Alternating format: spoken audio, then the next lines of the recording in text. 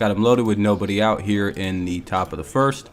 Really good start to the game, I would say. All right, everything's up and moving. Now up is Jonathan Scope with the bases full and nobody out. Potentially devastating start to the game. If you're rooting for the Royals, I guess. And that's ball one. So if you're Jonathan Scope right now, you're probably not swinging here. Like, it would be the wise thing to just let it go.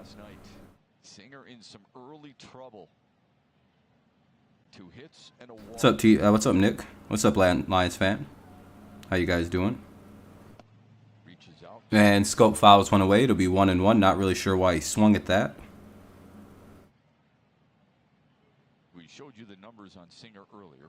Yeah, base is full. We'll see what happens.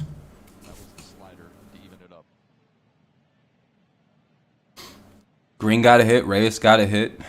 Baez walked.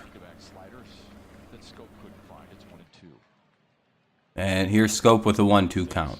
He's had early success against Detroit, and it's because the guys haven't quite figured him out yet. But what is going to happen is that how's everybody doing? Hopefully quite well. Are going to be similar in speed, and it's the timing of those two pitches in the 1-2 pitch coming. And Scope, of course, strikes out. Tigers got a lot better. Yeah, I mean, they've been better lately. You have Riley and you have Riley Green on your fantasy team. Well, that's good.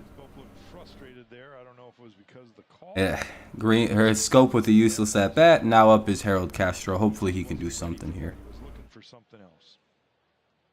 In steps the designated hitter, Harold Castro. No, I guess not on that one. Doesn't even want to load it all. Cool. More opportunities here. Tigers have to get on the board. There we go. I guess that's loaded. All right, here's Harold Castro with one away. Bases full. That's strike one. 1 sec. No bothering me. Moments ago for Harold Castro, 0-1.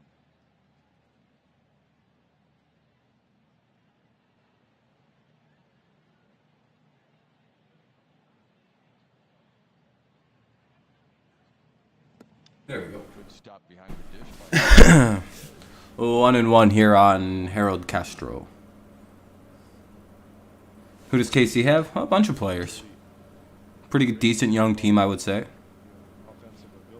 What's up, Daniel? For whatever reason, the YouTube thing isn't working again. Down the road when Perez comes back, and he's probably in the outfield. Inside, ball two. Thing about Singer, he's not afraid to throw it up. Castro finds himself in a good hitting count now. He's up 2-1.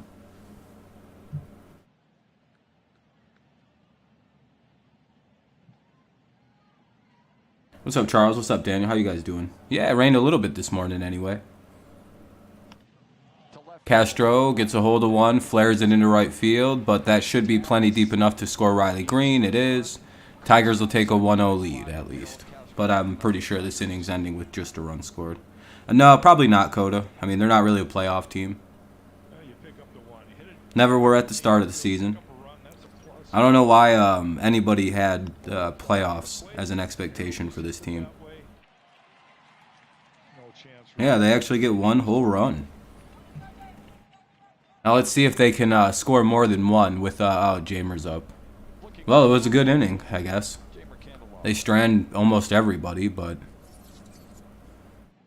first three guys do their job. Castro kind of does his, but Scope really didn't do shit, so.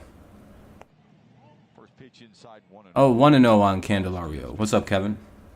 1 for 8 in the doubleheader on Monday. Maybe we'll be proven wrong by old Candy.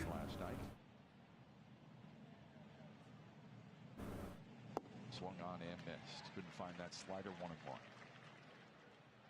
Yeah, we're at 10 likes, so I appreciate that, everyone. Really cool.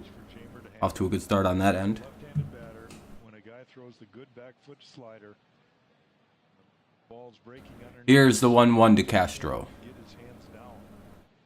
Keep the barrel to it. Ah, he missed it. Well, that's cool. Scope and Castro do nothing, and the team really just basically only got a run with the bases loaded, one out, nobody out. So, well, 1-0 Tigers, I guess. That's pretty shitty. No, I genuinely think people, for some reason, were misled by whatever talking head into thinking there would be a playoff run. Melendez, Witten, Benintendi to lead it off. Melendez, Witten, Benintendi. What's up, Peter?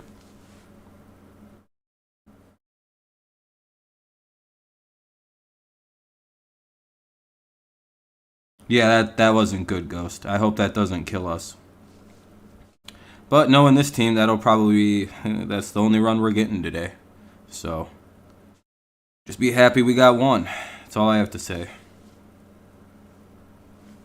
Can't wait till we stop using guys like Candelario and shit and pretending like he's a good player. Like, oh, we got the trash man at third.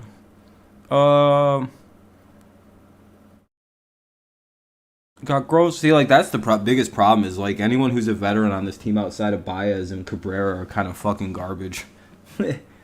So it's like, well, we don't really have any good veterans. It's like, let's go. Yeah, I guess. Not really. Not this year.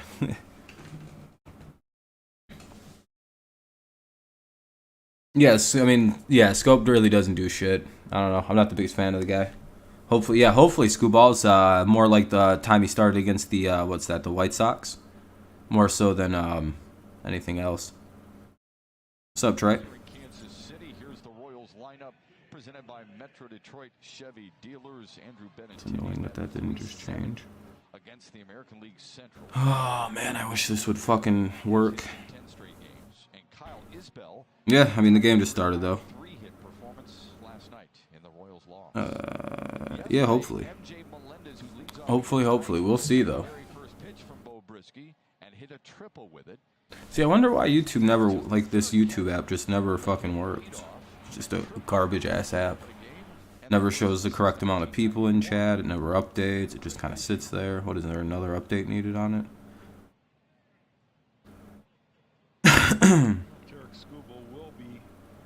Wouldn't surprise me if it was another broken fucking app. 81 pitch, 27 Ks. Yeah, that'd be crazy. Like how Haas? Yeah, I mean Haas has been good lately. Hopefully he keeps it up anyway. What are they doing? Why is it taking so long? Oh, I guess they gotta replace a rosin bag, or I'm not really sure what's going on. Taking a while for the first pitch to be underway. You were saying KC does not score? Yeah, that'd be cool. You don't gotta do that, but I mean I like the sentiment there. Anyway, here we go. Melendez to lead it off. And he hits a little grounder over to the shortstop / third baseman area, but third baseman fielded it, one away. All right. Well, good start to the game, I guess.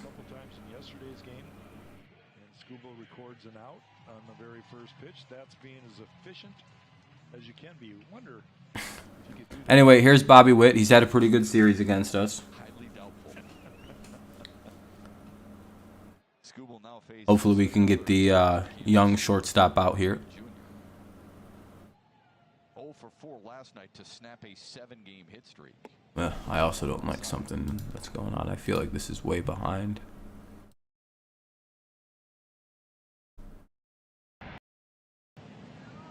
It's 1-0 on Witt, though. That first pitch was a ball. Second pitch is going to be ball 2.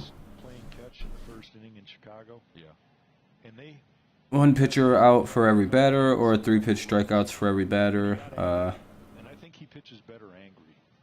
He showed a little emotion out there, and he really started attacking the strike zone. Being aggressive.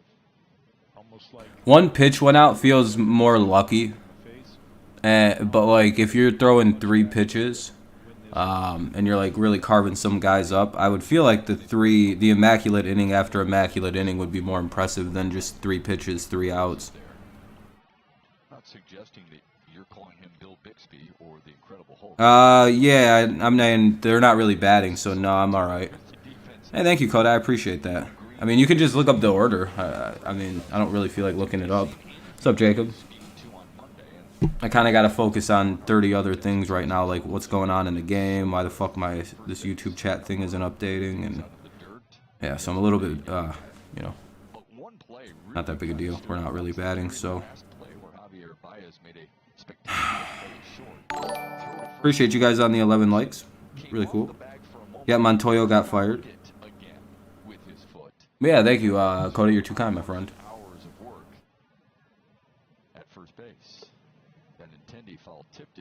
0-2 here on Benintendi with 2 away. Real good start so far for Skubal. 1 pitch away from getting the guys off the field with just 8 pitches. That would be a phenomenal. Good start so far for young Skubal. Hopefully he can keep it up. Ball 1. Yeah, I was surprised, but also not really super surprised, seeing as the Blue Jays have kind of struggled the last 2 years with him as the head coach. So, I mean, we'll see. I think it's fixed now. We'll see if the number can go up or down. That'll be a base hit. Yankees. Yeah, I was going to say, I would imagine Benintendi, Merrifield, Michael Taylor. Yeah, those 3 are probably going to be pretty sought after.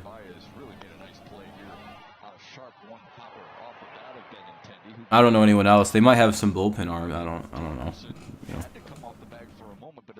Maybe their closer might be some Scott Barlow or whatever the hell his name is.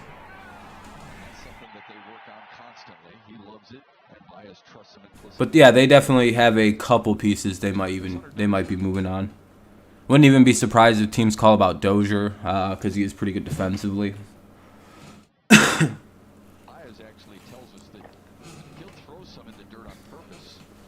Yeah, these Royals actually do have a number of pretty solid pieces.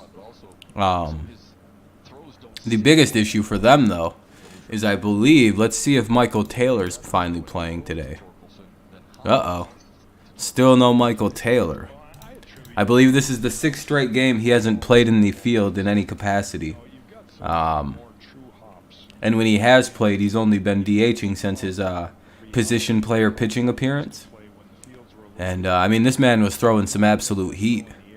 And, you know, I wonder what happened. You know how hilarious it would be? Or how, I don't know, not really hilarious. It sucks for him that he might be hurt. But how Royals it would be if they let a guy position player pitch, a player they were probably shopping, a player that could have potentially brought in, like, some good young prospects, things like that. In Michael Taylor, and he got hurt pitching. Like, yeah, that's about as Royals as it gets.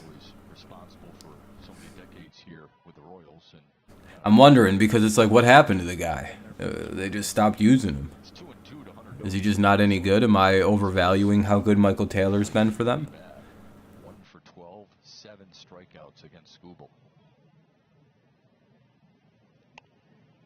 If you haven't noticed, he just hasn't played like this whole series, and like he usually kills us of all people. So I don't know.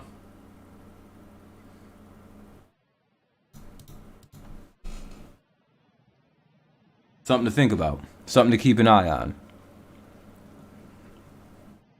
Anyway, 2-2 count, runner at first, 2 away, bottom of the first, 1-0 Tigers lead. Dozier the hitter. Skubal ready to deliver a 2-2, and down goes Dozier, a strikeout there. We'll head to the top of the second. Good inning by Tarek Skubal.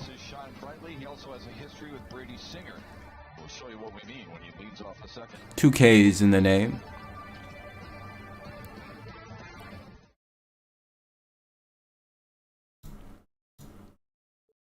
What's up, Curtis? Hey, like number 14, I appreciate that. We're doing pretty good on the likes so far. We're almost to 20, which is the goal. Thank you very much for the likes. All right, sad Lions fan. Here's the rest of the lineup. It's Green, Reyes, Baez, Scope, Harold Castro, Candelario, Torkelson, Badu, and Barnhart. So, it'll be Torkelson, Badu, and Barnhart this half inning. Do you guys see the GOAT returned last night and sparked the offense? Did y'all see the GOAT himself return? Badu, the man in the middle of the screen right now. What'd he go, like 2 or 3 for 4? Had an absolute great day off of left-handed pitching. I mean, it was such a crazy moment. It literally made Miguel Cabrera have 99 speed for about 35 seconds. Did anybody else witness one of the greatest 3 plays in baseball history, in which a pass ball, the catcher... So, we haven't talked about Miguel Cabrera stealing third with his 99 speed ability, turning slowly into Ricky Henderson as his career's turning on. It's quite the transformation from Miguel Cabrera. I could clearly see that he's going to be a base running kind of guy now. Yeah, you know, Curtis knows. So basically what happened was Miggy gets on. The catcher, the ball gets by the catcher, and he, like, gets up slowly and just, like, starts, like, trotting back to get the ball. And then Miggy just decides to go down to second on the pass ball, which, you know, pretty rare for Miggy to do that. Not exactly his common move. And then on, like, the very next pitch, this dude takes the biggest leadoff I think I've ever seen. And, like, you see Bobby Witt in the background when the pitcher's setting up. He's, like, slamming on his glove and, like, going like this. Like, I'm sure if he was mic'd up, you would have heard him screaming, "Dude, what are we doing?" Because Miggy's, like, basically walking to third base between the pitches because they're just not looking at him. And then he steals third. And the catcher threw the ball so shittily down to first base that it just... oh, thank you, Coda, again, man. You're too kind. Thank you very much, Coda. That the ball just went into left field and Miggy was able to get home, which was quite the exciting... few moments. But thank you, Coda. You're too kind for the couple donations there, my friend. You didn't need to donate, but I mean, your word is your word. Hopefully the Tigers hope they're keep it up. 2-1 here on young Spencer Torkelson. Hopefully he can keep he's up over 200 on the average now. Don't look now. Let's go Mets on top. Atlanta choke, I hope. Oh shit, Mets playing the Braves. Oh shit, yeah, Braves are up, or Atlanta's up, or Mets are up 5-1. Goat Torkelson is starting to show up. Ah, shit. Full count now as he fouls that away.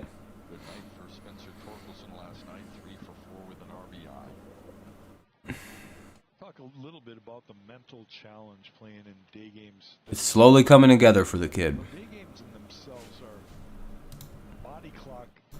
Torque bomb? Ah, nope. Infield single. Let's go. 99 speed torque. Hey, Bobby Witt. I see you looking out for your boy. That was a homie move by Bobby Witt Jr. He hooked Torque up with that one because he could have gunned his bitch ass. I know his arm's better than that. His dad was a pitcher. Career Tiger Cabrera. Have you been to the Midland Farm team for the Dodgers? I'm thinking of trying to catch a game. I've thought about it, Curtis. Like but it's just I don't really have a way to move around in Mount Pleasant. I don't own a car. If I ever had one, I probably would check it out. I would say Cabrera, and then probably quickly after would be Verlander. Those are my favorite Tigers in the history of the Tigers, I guess. Here's Akil Baddoo.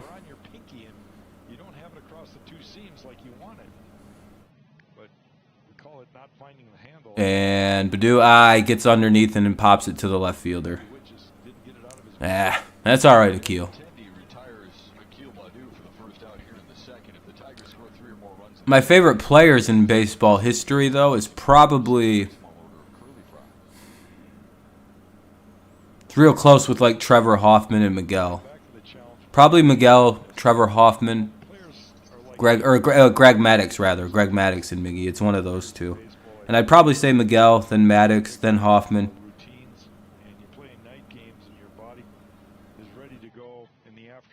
And then Verlander, I guess.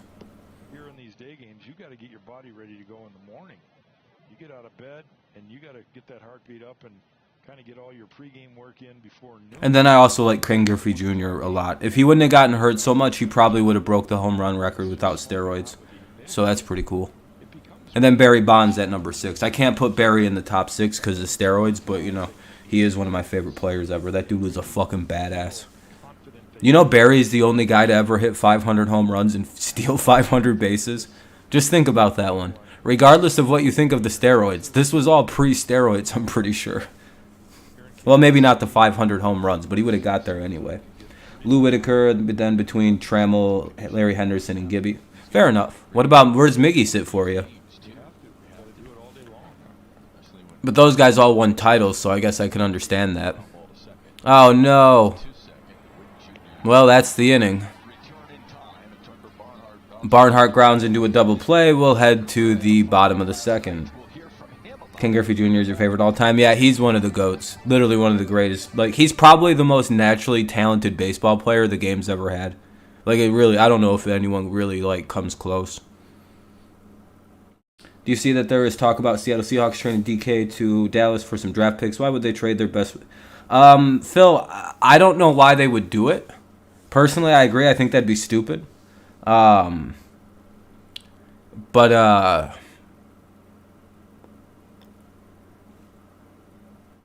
Maybe DK's unhappy and they don't want to pay him. I think there could be like contract issues starting to develop, and I don't know. Maybe he's like, well, we don't have a quarterback. This is going to be awful. Yeah, I think he was dealing with injuries, though, Peter. Like I said, if you take away the injuries for Ken Griffey Jr., I'm pretty sure he doesn't go through that Cincinnati phase where things just kind of, wasn't the greatest. But that's what happens when you don't do a bunch of steroids. You break down like Miggy and fucking Albert and Ken Griffey. Like, those guys all broke down because they didn't do steroids. That's just the way I look at it. It's like, well, David Ortiz is certainly motherfucking questionable. While I like David Ortiz and I don't necessarily believe that he did steroids, because he's literally always been that big dude. I can't find an image of a small David Ortiz. Who, Ken Griffey Jr.? Probably. He went to a couple places as he started to, phase out. But the fact that Ortiz just never really broke down like the way the other guys did. It'll be Rivera, Pasquantino, and Olivares. Rivera, Pasquantino, and Olivares.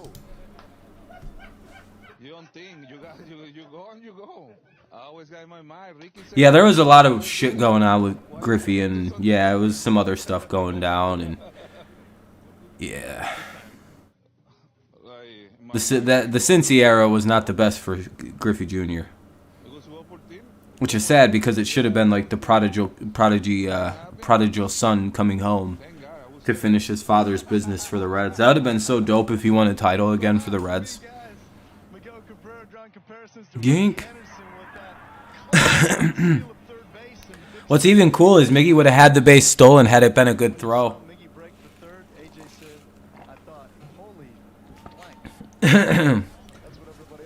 What's excuse me. Sorry. That's a good chance that was Miggy's last career stolen base. Like, there's like a very good shot he'll never do that again.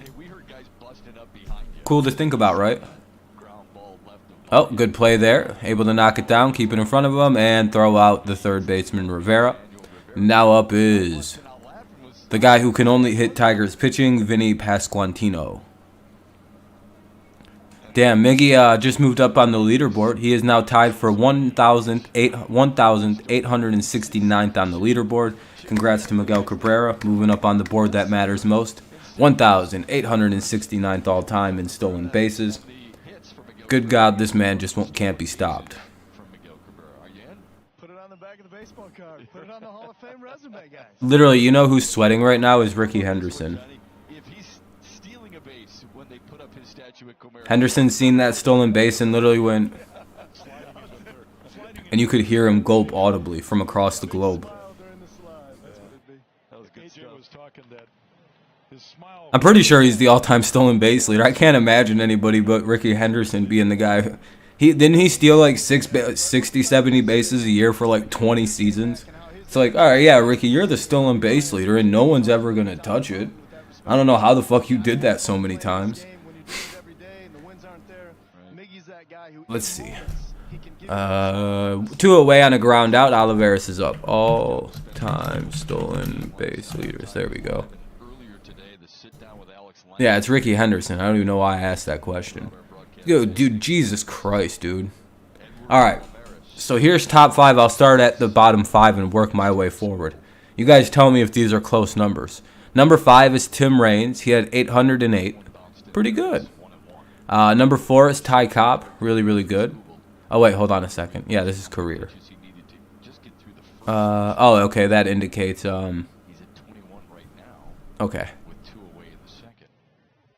Oh, in the years they played. Okay, okay.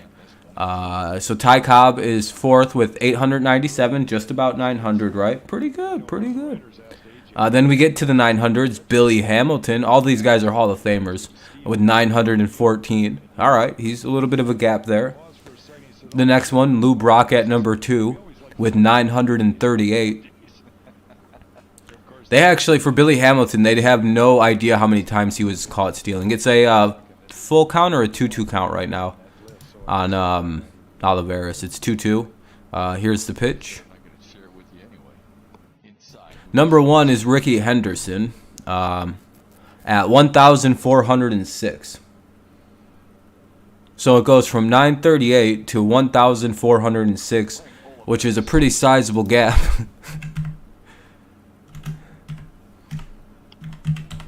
Of about 468 stolen bases.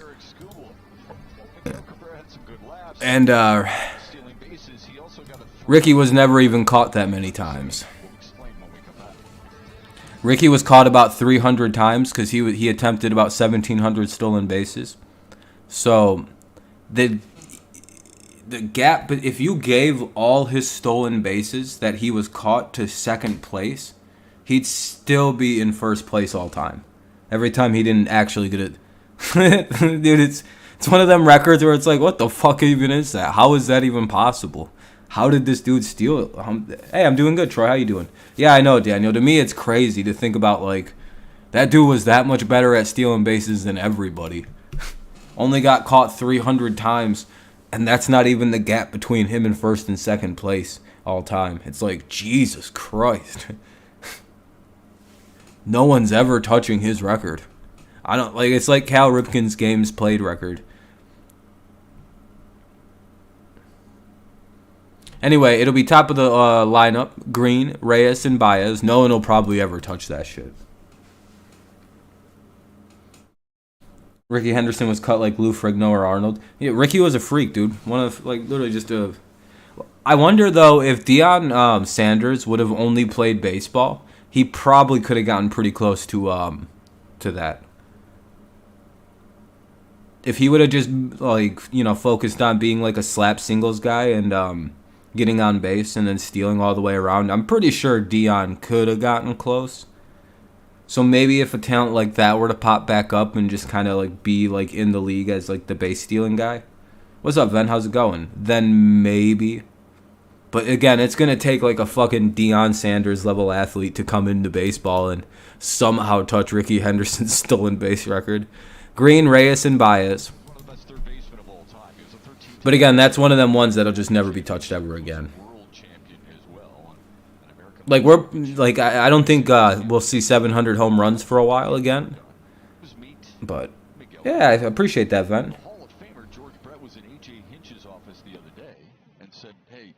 Apparently, there's Seahawks trade rumors again around DK Metcalf.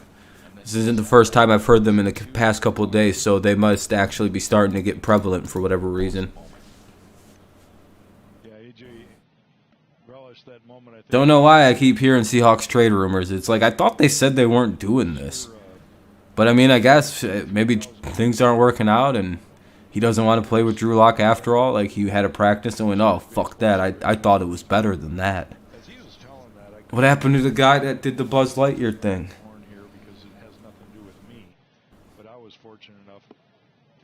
Maybe he's all let down. He thought he was getting a way cooler quarterback. Drew Lock's still just rapping to Young Jock, and he's like, well, did you listen to anything else other than Young Jock? No, just that one song. Oh, god damn.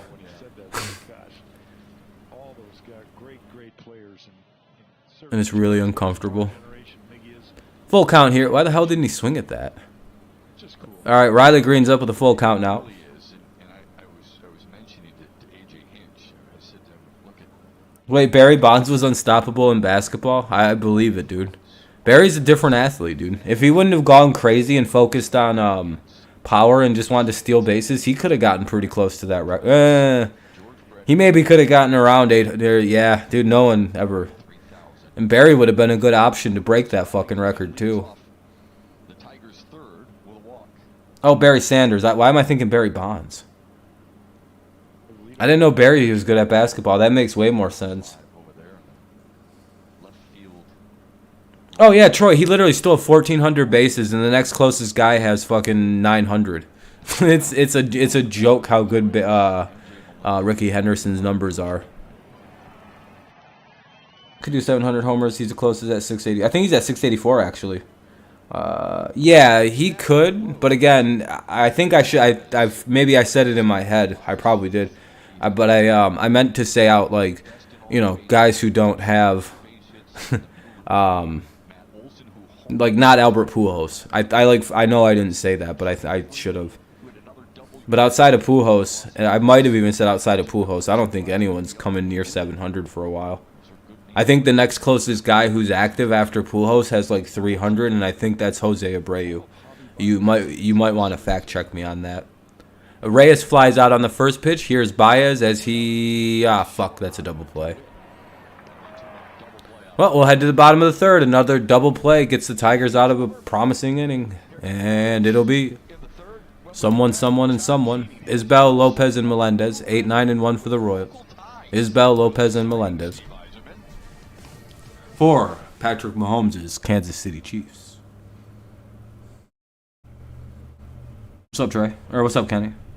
If ever Pujols played against the Astros every game, he'd have broken every home run record. He is the biggest thorn. Yep. Well, yeah, because he sees you guys as like the like, you know, you guys have an old rivalry from back in your NL Central days when they stole shit from you guys and actually cheated. Yeah, Sean, you might want to be careful. You know how things go against for us sometimes against the Royals. We go quick. Yeah, because they have all your guys' scouting reports, Trey. That's why, duh. Henderson was playing the MLB The Show. Yeah, pretty much, Troy. Yeah, it was hilarious. I feel like Ricky Henderson kept getting hosed by teams on how he would get cut, then back. Well, yeah, because, I mean, he wasn't, you know, he was just a speed demon. Red Wings are doing good today? Well, that's good. They probably, hopefully they called Al Avila up so that loser Yzerman knew what he was doing. We'll have a 6-7 year plan on the Red Wings if we get Al Avila running that team. Do you not believe in the 10-year plan?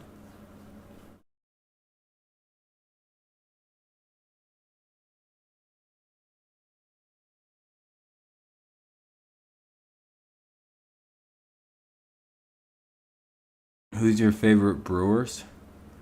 Like Milwaukee Brewers? I don't have any. I hate that whole team. You know, I don't really root for Wisconsin team.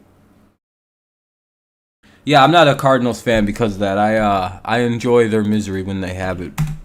It's not often, but they do have it.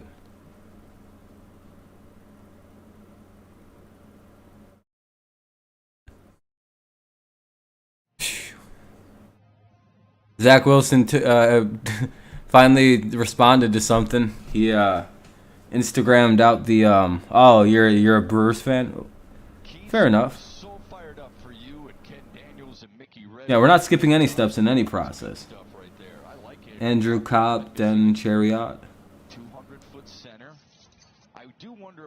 I don't really know any Brewers. I guess Ryan Braun.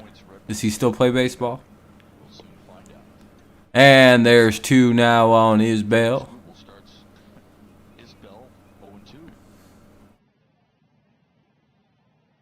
Brewers are doing good, though. You guys have a good record. You're better than the Tigers. I just, you know, I don't really like the Brewers.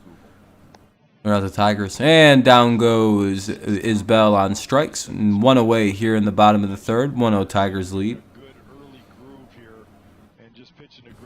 I thought the Red Wings were going to get Evanji Malkin.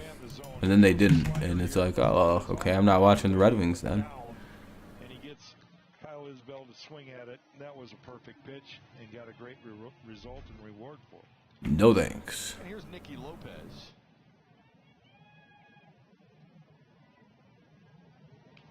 First pitch swinging.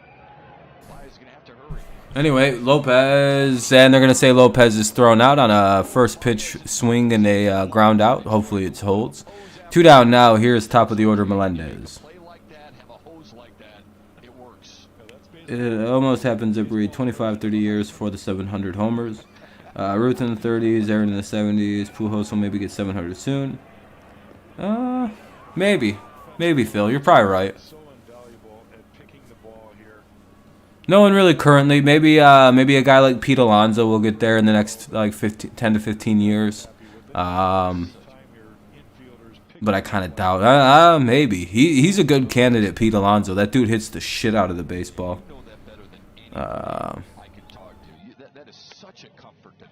Shohei's a little too old already. You have made your pitch, right? It's one of the outcomes you're hoping for when you make. If Stanton or Judge rather, if Judge goes on a fucking rabid tear and hits like 50 a year for a while, he could. He's already pretty old. He's already 30. Then it's up to the rest of the guys to help you out. And of course, I had great players behind. Campos will have to make the team next year and then just start bashing homers. First base and third base not too shabby. Yeah, Pete Alonso feels like a really good fucking candidate if he doesn't slow down. Pitches at the bottom of the zone that I could get I don't really see what's going to slow that dude down. He's an absolute monster out there for the Mets. more and more. With Baez, It's a 1-2 count here on Melendez. Screwball making quick work of the Royals. That pitch is fouled away. We'll see another 1-2 pitch with 2 away in the inning. He swung at the first. When will you get your suspension, Deshaun Goetson? Hopefully never, my friend. Hopefully the league realizes they're doing you wrong.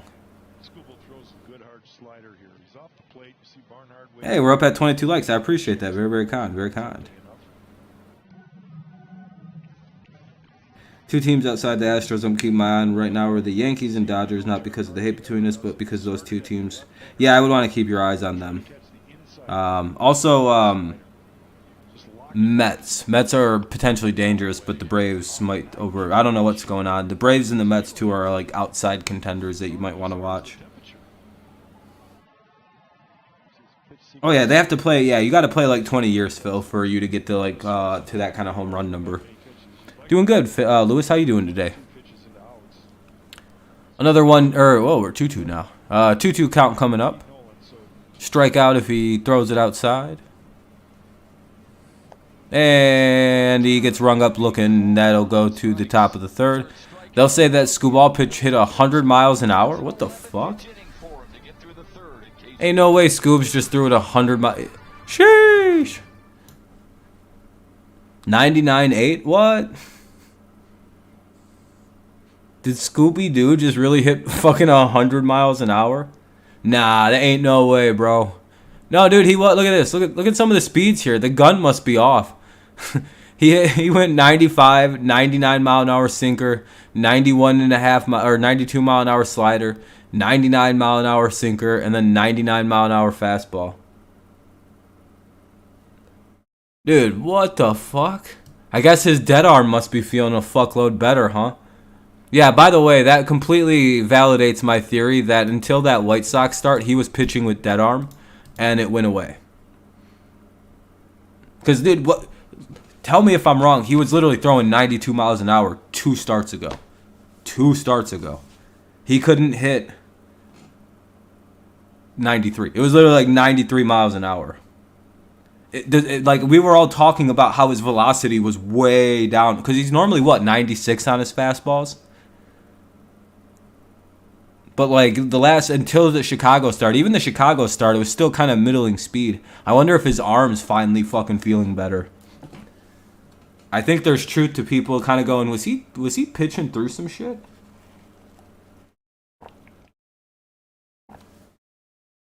Which I kind of fully believe now. Because, I don't know, like, he looks fresher even. His control is way up today. He's thrown only 36 pitches, 25 for strikes. Like, this is more what we were seeing all season long from Tarek. And then he had that weird 5 starts in a row where he just looked completely like he couldn't control the ball. Noah and Federer, though, they probably also went through and checked out. Look at how much more even his like shoulders are staying now when he pitches.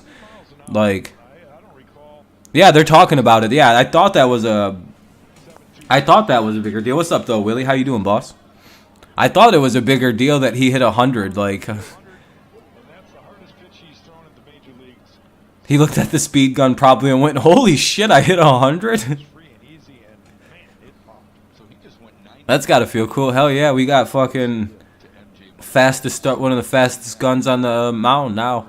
All right, Brady Singer back to work, and Scope fouls the first pitch away. It'll be Scope, Harold Castro, and Jamer Candelario to start off the top of the 4th. Yeah, from a lefty too is always really cool, especially from a lefty who struggled to get velocity up in his previous starts. It's nice to see his arm kind of coming back to life. 0-2. We got a blessing on Scooball. There's our break injury wise. He didn't need to go out. Oh, that was a good frame job. 1-2 now though on Scope. Unless they called him out. Okay, I was gonna say, what the fuck? Why'd that take so long to throw the ball up there? He is really fun to talk to. Oh, and he fouled it away. 1-2. We got replay. We got camera people. We've got camera people. We got them spying. There it is. There's Alex. Clank. Well, at this rate, Scooball can go about 7 or 8 innings at like this. We could probably win this game 1-0. Off the steps. The Royals, for some reason, threw all their left-handed at-bats in this game, and I'm not really certain as to why they did that. They have a lot of righties in their lineup that they could throw. But for some reason, they went, yeah, we're going all left-handed batters against Detroit today. We're gonna fuck with them a little bit. A little bit of mind games. It's like, you guys need to fire your coach. Jesus Christ. Also, you guys need to fire your coach if you're... Oh, shit. Hey, Scope gets lucky and a ball goes off the second baseman, and that'll be a fortunate hit for the Tigers. Speaking of speed, I kind of wonder what Nolan's speed actually was. He was the unofficial fastest pitch because of how things were measured back then, and our modern science to estimate. I would guess he was a 102 guy. Kind of like he probably threw a very similar speed to Randy Johnson.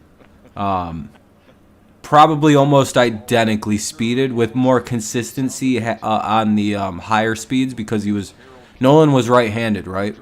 So he probably could hit the 100 a little bit easier, but like he's also a fucking giant. Probably very similar to Randy Johnson. Actually, Randy Johnson credits Nolan Ryan for like most of his success in the major leagues because Randy was having trouble with control, getting the right arm angles, and then Nolan kind of taught him like a few tricks that would help him, like landing on the ball. I'm not good with body parts, landing more on your toes than on your heel when you're throwing, and there's videos you can watch on Randy and Nolan Ryan on how much one depended on the other to become a better pitcher. Yeah, Chapman does that like 105 miles an hour. Castro gets a hit. 2 on, nobody out, and that's ball 1 inside.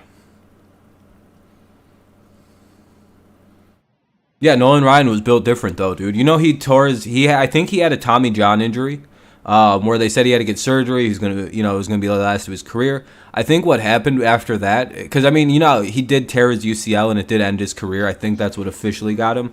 But the first time it happened, I'm pretty sure he did something to his elbow where he needed to have Tommy John and get it all fixed up. Refused it, let it scar over, and then he pitched another 8 years of pretty high level baseball, and then had to retire because he fucked his arm was fucked up. And that'll be a base hit for Jamer Candelario that could get a runner home. He's chugging. He's out. What?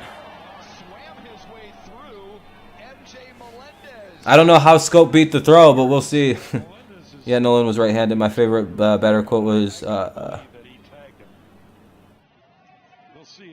when a batter first faced him, Nolan said he went to his team and said we won't face him. Beat up young batter. Dude wasn't 100% different. Most no-hitters and strikeout. Yep. Also, most walks for a reason. How the hell was Scope safe? Did he miss the tag? No way. That dude just missed the entire tag? Dude, if Scope just got around that... Well, what's up, John? If Scope actually danced around that tag, Scope is an undisputed GOAT right now. There's no way this dude just danced around that fucking tag that way.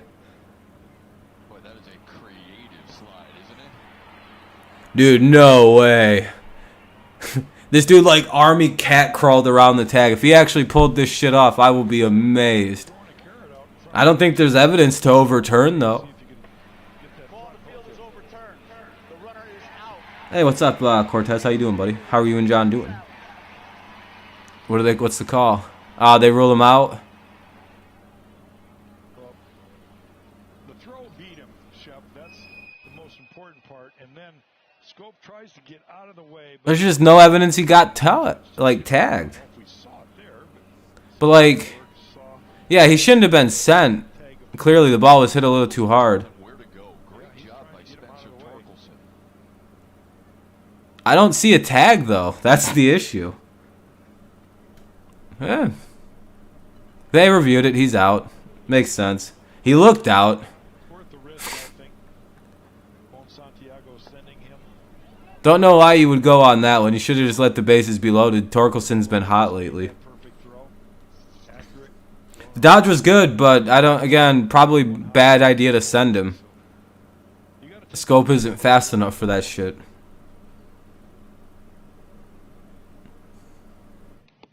Now Torque's gonna get out. Fuck. AJ Hinch is a bad coach. In the inning for Detroit, Torkelson had an infield single to lead off the second. Well, that's not fair. Our veterans are all retarded, Sean. That's partially the problem.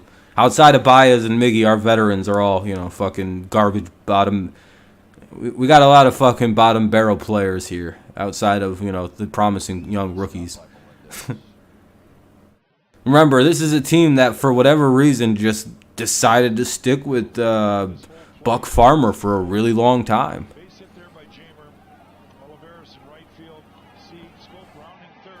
Yeah, it's the third base's coach. It's the third base's call, but, like, that motherfucker gets his running orders from the head coach.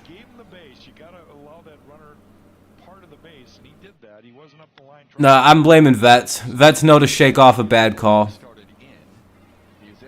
Scope should have shook off that bad call. Oh, 100%, Sean. Yeah, he wants those guys to just go away because he can boss around younger players. Man, Scope looks safe to me, man. I don't see the tag, but I guess I'm just missing it. All right, here's Badu. Oh, shit. I don't know how this is going to go. 2 on, runners at the corners. Scope's dumbass running us out of the fucking momentum there. With his fat body.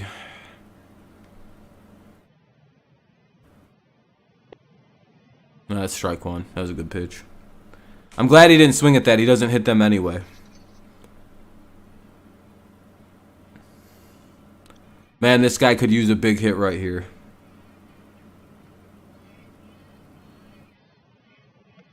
Yeah, I'm not really sure what he was doing, why Ramon sent him. Ramon's usually a pretty good base coach, but, like... what's up, Brandon? But, like, if you're Scope, you gotta just stop and just be like, I can't score. Ain't no way I can score. You know that, Ramon. Why did you do that to me? So I kind of put that on Santiago for sending him. Like, he's got to be a little smarter with the Scope speed. And that ball got kind of hit there pretty good. The thing is, we want to be an aggressive running team in the park. We do, but our roster isn't built that way. I agree. But, like, I don't know why the hell Scope was... Scope, I feel like, also runs faster than that. I don't know why he wasn't running as hard. Because he steals bases regularly. I'm not really sure how he didn't score from second. AJ makes a lot of questionable decisions sometimes. Damn.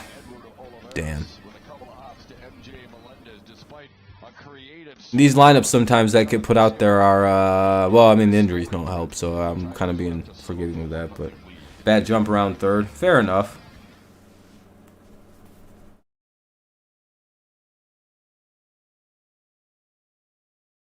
Yeah, I was only being a dick, but yeah, it's kind of feeling that way, Peter. Hinch always has been controlling his players. He broke the monitor for the extra cheating, told him to stop, and Beltran said, "Nah, I'll do it anyways." Yeah, Hinch. No, I'm not saying he's a bad coach. He just has some issues. It seems like, James. I don't think he does well with veteran players that have established credits in the league because of his age.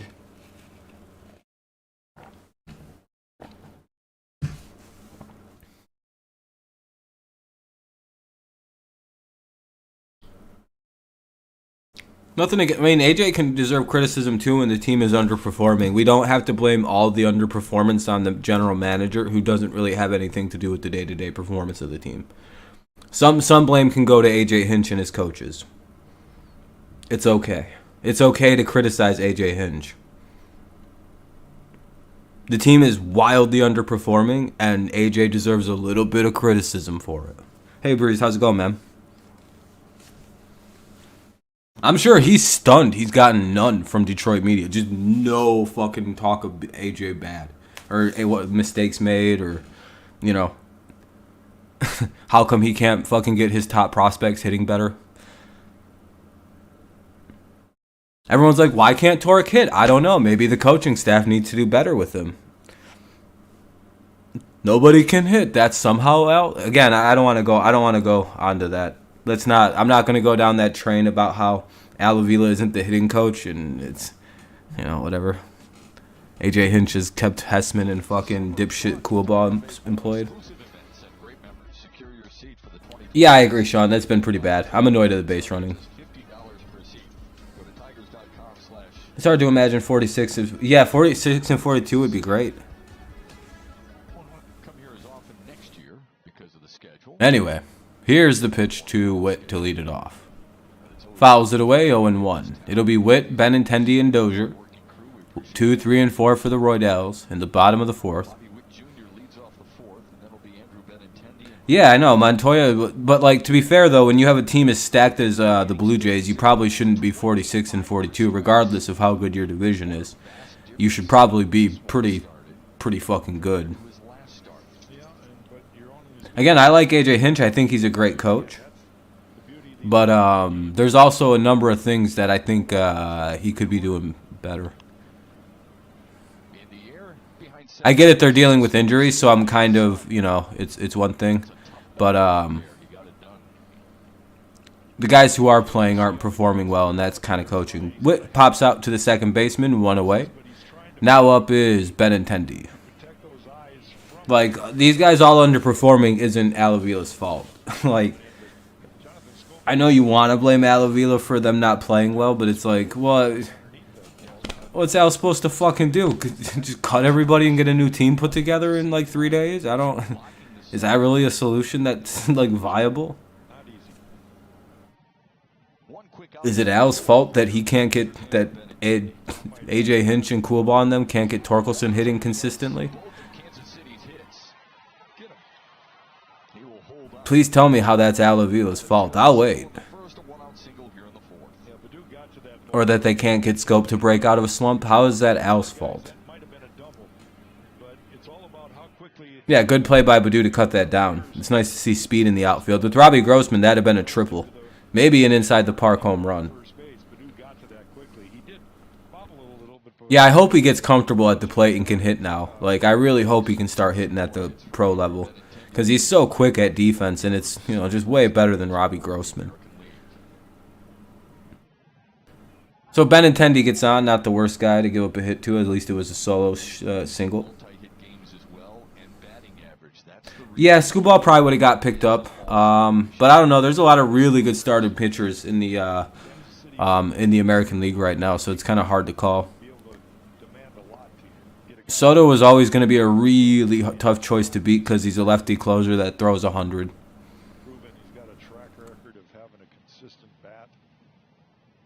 That must have sucked for everybody seeing Soto just dominate the 9th inning last night. Except for that one fucking double he gave up. I was so pissed off. Or whatever happened with that. I wasn't paying the best attention. Oh, a double play would be beautiful. Bottom of the fourth, runner at first. 1 away, 1-1 count. Half the Royals team is way the fuck too fast to double up here. That's the problem with the Royals. They're, you know that trade. Well, I guess Dozier's up, so this is a guy that you could probably pull it off with. Only problem is Benintendi's really goddamn fast over at first base. So one thing Royals do well is not hitting the double plays because every guy has got like 89, 90 speed. It's just they're a fucking weird team of fast dudes that can't really hit for much power, but like I can't really talk shit as a Tigers fan. Though we should have like 4 or 5 guys that hit for really good power. I don't really know what the fuck's going on. We'd be so much better of a team if Scope, Baez, I'll throw Torque in there because he's supposed to be a power hitter. Grossman, fuck that guy, he sucks. Candelario, I'll throw him on there. Outside, it's full. Anybody else, bitch ass numbers, home runs fall off. Winning the battle, 2 strikes. Pitch sequence. 6 pitch. If those 4 guys would hit 10 more home runs apiece right now, which isn't even that crazy if you go look at their numbers, and would be probably what their normal seasons say they hit, we'd probably be like 48 wins right now. Misplay by the pitcher, and everybody's safe. Well, they got Benintendi, they've got Merrifield, they've got Dozier isn't bad. They've got a number of decent young pitchers. Watch how Torkelson goes to this ball too. You can't both go to the ball. There's nobody to cover first. And I think that kind of confused Scuba a little. Yeah, I mean, no, literally, if we hit like 40 more home runs, we'd be like 48-50 win team. I'm like not even bullshitting. If our veterans and Torque were, if Torque was hitting a little better power-wise, and our veterans were hitting normal home runs for themselves, we'd be a lot better. Literally to the tune of almost 20 wins. Again, with the injuries too. Again, I think that's also robbed us of several wins. And a big part of the reason this offense is fucking atrocious. Now, the guys who are here, I can't really explain the lack of power. We suck? I don't know. Strike 1 there to Rivera. 2 on, 1 away. Bottom of the 4th, we lead 1-0. We need an out here. Double play would be nice. Rivera grounded to short his first time up. Scuba would definitely take that here. Up and in. Yeah, 1-1.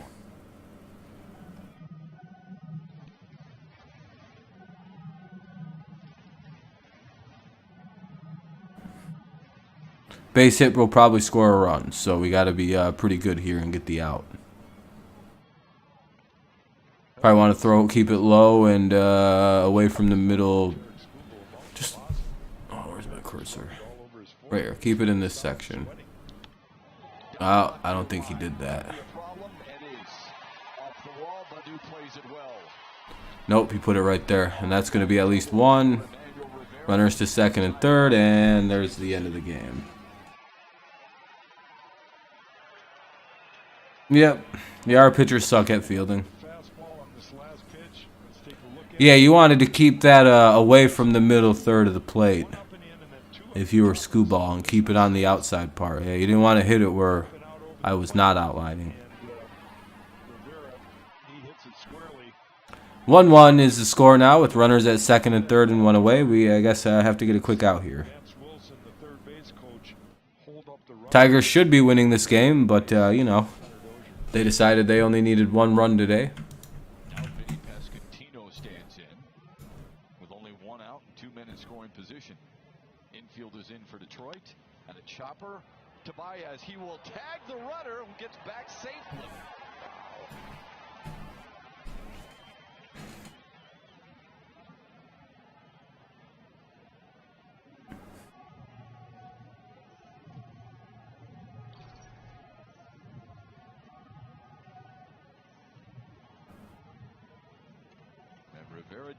Yeah, they almost picked him off, but Javi wasn't able to make a tag. They almost got the guy. I don't really know what was going on. Oh, an infield single, that's what got him.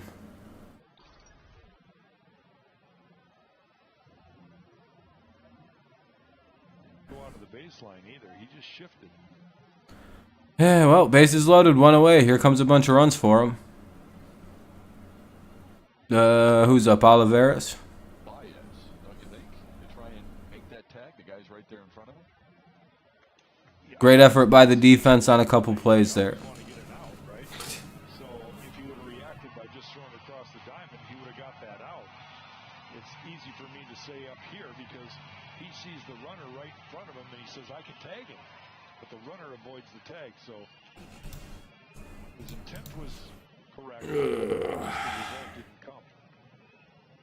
Bases loaded for Edward Olivares. Ground ball to second. Jesus Christ. Jonathan Scope. 2 runs are going to score. What is that, 2 runs? Yep. 3-1.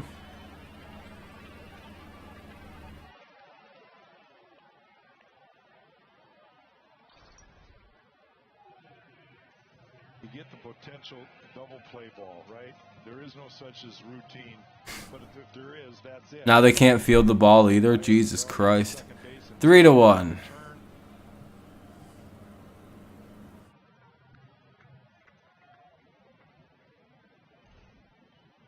And the Tigers have forgotten how to play defense. Runners at first and second. Hey man, Scope's time to get rid of him. Scooble has to work through more of an issue here and face Kyle Isbell. All right, 0-1 though on Isbell. You know what's sad is we should still be winning this game based on how it's going. Either helps you win or prevents you from winning. Like we should honestly just be up in this game right now. It'd be like 4-3. Problem started when Scooble overran the tapper to his left off the bat of Hunter Dozier. Anyway though, 0-2 now on Isbell with 1 away and 2 on. It's first and second.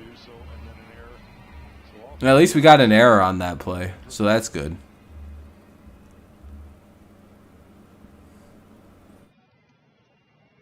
Isbell to left. And they fouled that one away. 1 and 2 it will. Foul ball. Okay. 1 and 2 it will remain. Or 0 and 2 rather. Sorry, 0 and 2.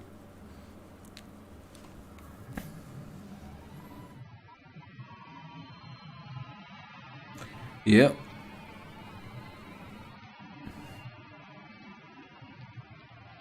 Somehow this will be Greg Soto's fault. To people on Twitter.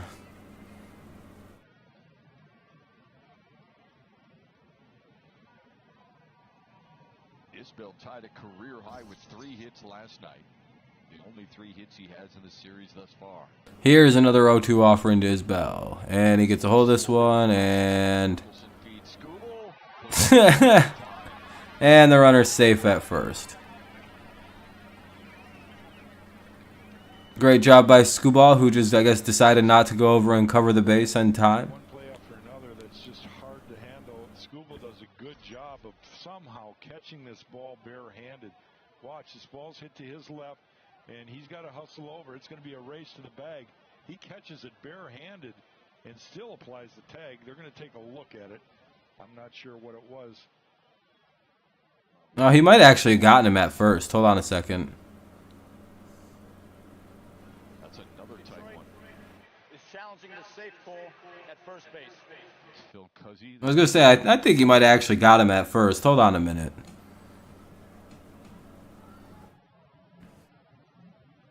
Yeah, I mean, he had the ball in his fucking hand, and he had it the whole time he was running over there.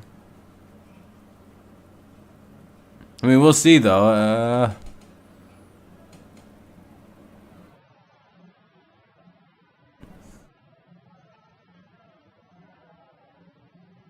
It looks, yeah. I mean, if he touched the bag, he's got him. On that stomp down, if he literally beat his foot touches down first. It is if he got his foot on the bag, Shep, because his foot landed before the runner's foot. Sure looks like he hit the side of the bag, doesn't it, Jack? I think he did. A lot of teams struggle with that. I'll be honest. Yeah, we suck at defense sometimes. So, I mean, we'll see what they call, but this probably should be changed into a safe call or an out call. Still was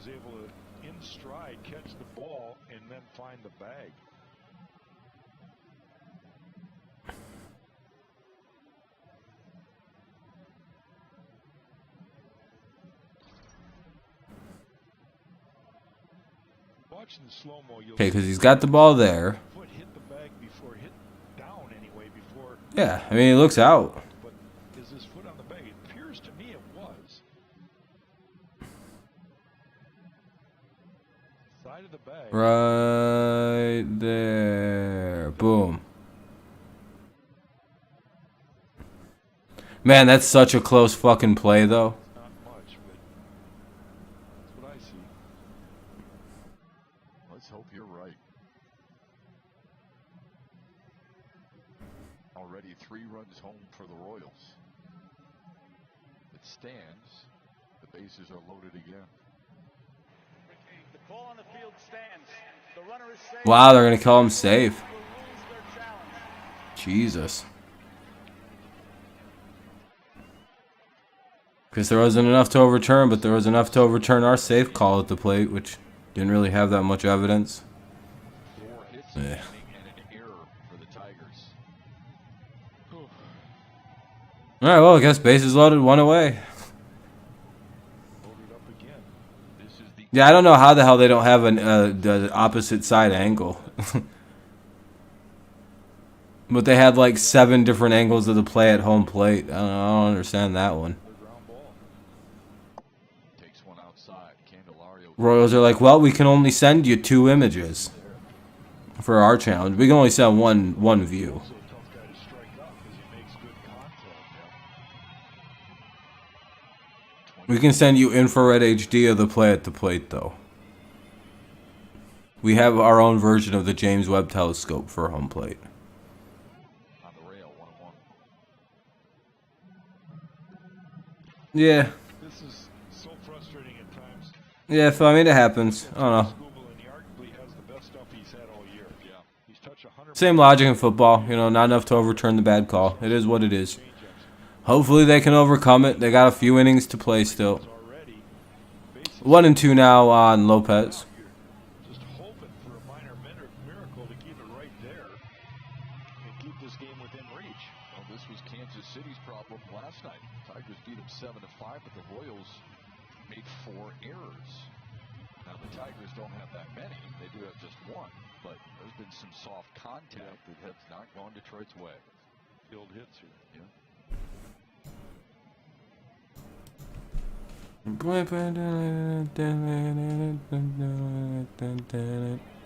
Oh, that'll be a sac fly. That'll be a sacrifice fly for Nicky Lopez. Make it 4-1 Kansas City. 4-1 Royals. Ugh. Surprised they caught that ball. I'll be honest.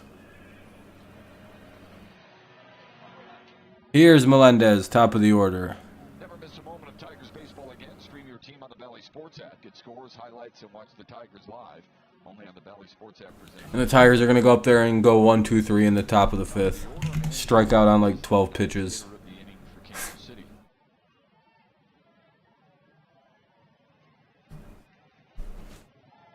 Couldn't change the call because the angle didn't make it visible that his foot touched the base. Yeah, it's just weird that they had 19 different angles of the first base of the play at the plate, but only 1 for the play at first.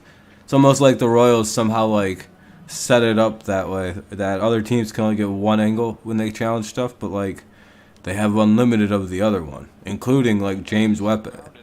You know. Yeah, 2 innings with the bases loaded and have 1 run, and so they do they, and they just better at doing shit. Yeah, we can't hit. Somehow that's Alavila's fault.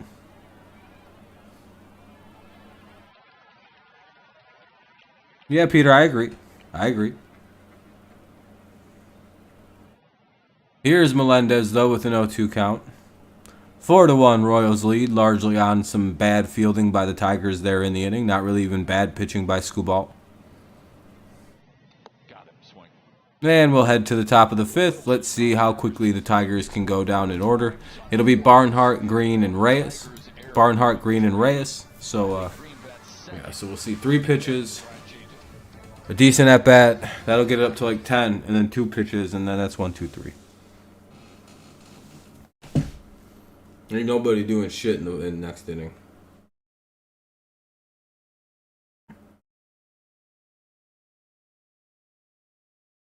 That would require Coach Alavila to actually do something. Duh, that's not going to happen.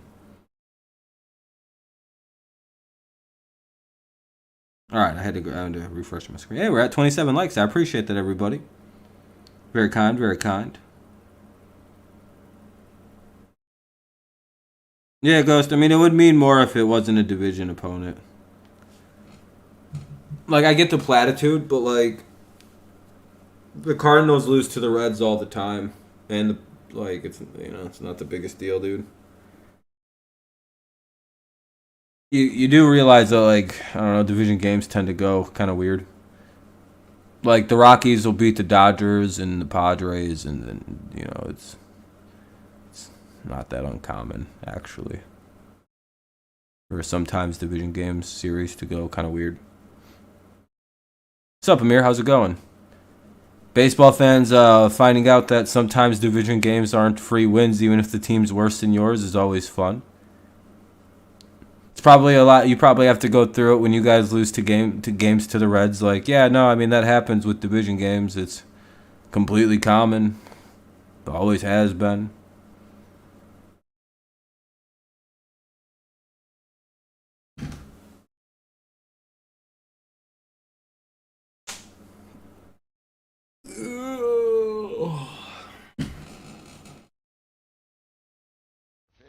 Yep. Insiders in sports bring you an all-new experience. Watch the rally every weekday on Valley Sports Detroit.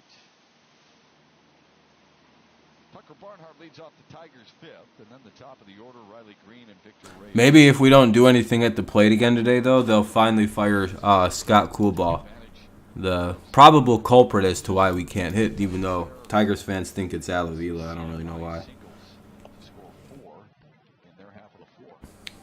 0-1 to Barnhart. Here comes a strikeout from Barnhart. Probably on 3 pitches. This is going to be another one of those battles, but Detroit's got to get right back in this one. Somehow find a way to put the pressure back on Brady Singer. Sucks that Alavila makes him play every day, though. Or as much as he does. Hot sunny day a little while. Tigers have had the leadoff man in each of the first 4. Oh, that would be AJ Hinch who does that. Puts the lineup out every day. Yeah. Right. Great coach. 0-2. When Singer first came up to the big leagues, he had a little bit livelier fastball. Top of the 5th, 4-1. Royals beating up on the Tigers, who can't score runs. It's kind of settled in. He's gotten a little more movement with his. Hey, 1-2. He didn't strike out on hey, look at this, a good at bat here for old dipshit.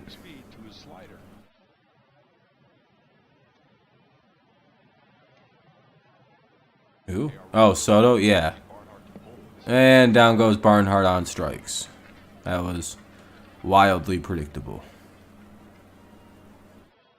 I'm glad AJ Hinch keeps playing this fucking dude at this point.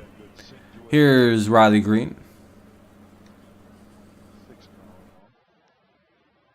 Second strikeout of the day for Brady Singer. Here's Riley Green. Going to face a couple of times. Take strike 1. 0-1 to Green.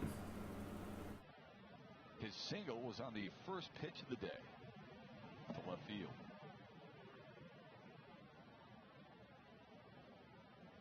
Scored the lone Tigers run there in the first. Detroit had the bases loaded in that first inning, but only scored 1. Another one low, 2-1. 2-1 on Riley Green now as the ball that was down low. I mean, yeah, you can. That's not that much money in baseball.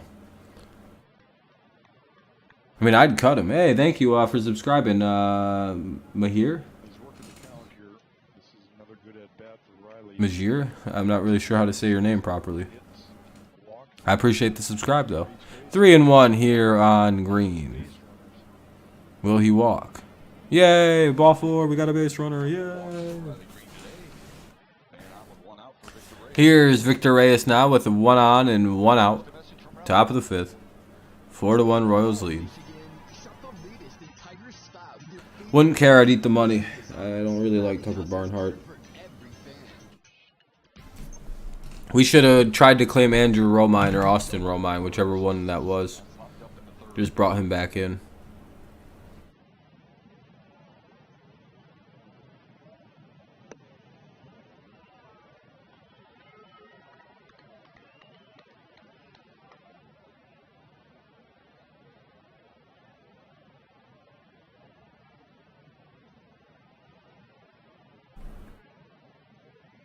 Inside 2-0.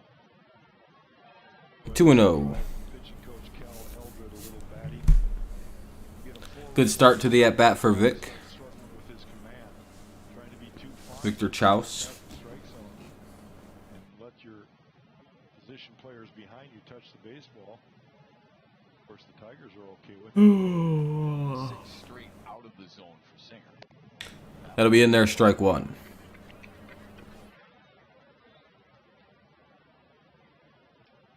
Very good.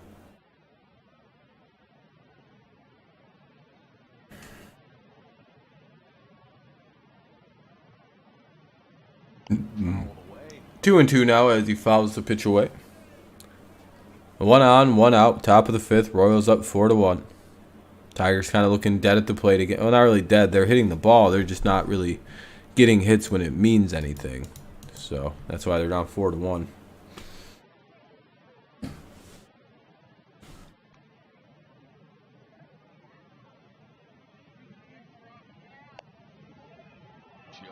That'll be inside, ball 3. 3-2 to Victor Reyes. Ooh, Jay Melendez tried to steal one there, huh? Off the plate. So now we got a full count offering. Runner at first, 1 away. It's the top half of the 5th.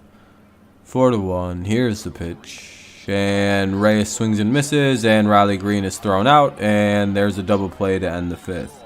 All right, another double play. Tiger is getting bitched up mercifully.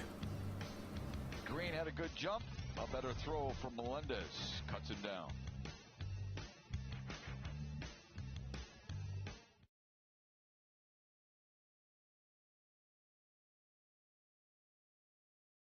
There's only 2 outs though.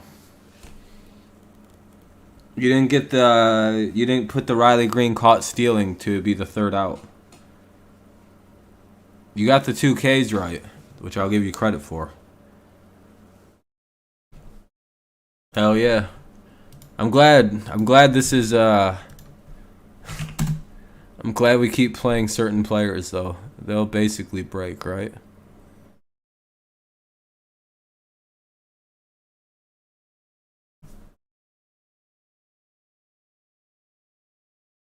Fair, but you didn't also predict the caught stealing, so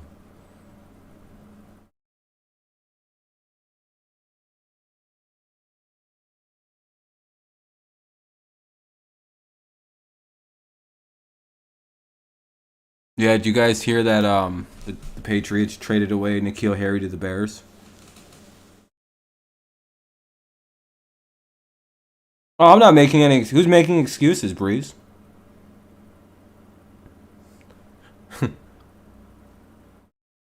The excuse for this team has been Al Avila.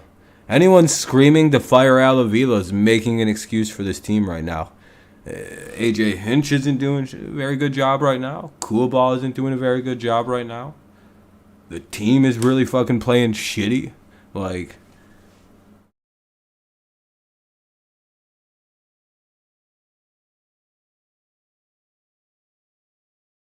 yeah, we got a yeah, it was a really good run. 60 for the Tigers back here. I mean, Riley Green just got caught stealing there, so it'll be Witt, Benintendi, and Dozier. No, we got rid of N'Keal Harry because he sucks. Guy is actual doo-doo. All right, another shift beaten base hit. I mean, you can still say fire Al Avila, but the performance of this team, I would put more so on the coaching staff at this point. Hey, look at that. Also, you gotta love the shift being called right there for some reason. Hell yeah. Has only burned them the entire series against Bobby Witt, so they keep doing it. Somehow tell me that's Al Avila's fault that we're shifting still on Bobby Witt. Someone tell me how it's Al Avila's fault we keep putting the shift on, even though all it's done is fucking burnt us in the past 2 weeks. Singled his first time up as well.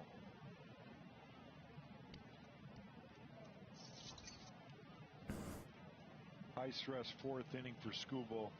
Leadoff man aboard. You hoping that he doesn't have another one. Yeah, Benny, if only we had a competent hitting coach. Take advantage of poor pitching, but, you know, we sort of don't. One away. I'm sure somehow that's Al Avila's fault that we don't have, our coaches don't do a good job preparing our hitters, but I'd really be interested in hearing that.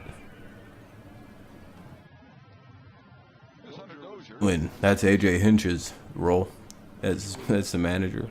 Things started to unravel. He hit that soft ground ball to the left of Tarek Scooble. Which defense coach? The infield coach, outfield coach, the catching coach. I mean, there's a bunch of different guys.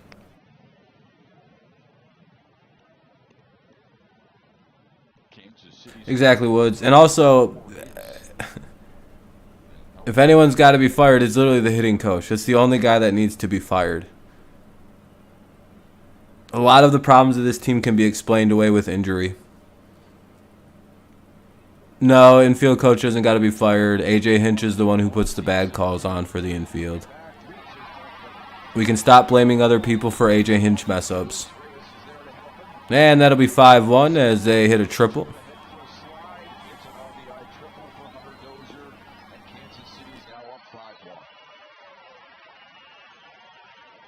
Hopefully, Benny. Yeah, I hope Riley's alright. That was kind of weird looking. Yeah, it looks like he's alright. Kind of just walking gingerly.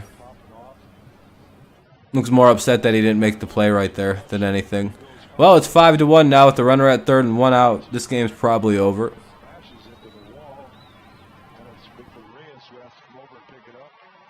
Hitting the cutoff man Baez, but by that time Dozier's already slid into third with an RBI triple.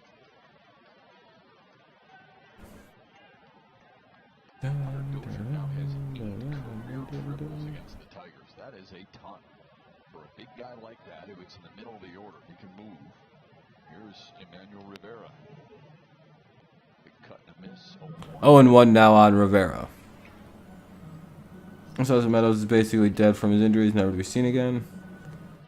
Yeah, I mean, that's pretty dramatic. He's dealing with an Achilles injury. I think there is a good chance Fulmer is going to get traded. Yeah, probably. Hopefully, anyway. Dude isn't going to resign here in the offseason. You might as well trade him. No reason to keep him. Riley Green with the focus as he approaches the warning track. He knows this ball is going to be a jump and a stab at it. He ultimately does that. Ball's over and out of over his glove. Bangs against that wall. Thank goodness for padding. Ugh. Yeah, Fulmer to me represents a really nice trade piece. And that'll be 6-1. 2 away, though. We got the second out of the inning. Oh, the runner stayed. Okay, they kept him at... Oh, so it's still 5-1. All right. You will be fine. We will be 41-52 by All-Star break and then sweep Oakland. Hopefully you're right, Benny. I hope you're right. Gonna need a strong fucking end of this game, though. We could be 40-53, rather. Or no, wait, you're right. You have that right. I think we would have one more loss, though, in that. And they actually get the runner, so we'll head to the top of the 6th. Tigers trail 5-1. It'll be Baez, Scope, and Harold Castro. Maybe there's a run there somewhere. Baez, Scope, and Harold Castro.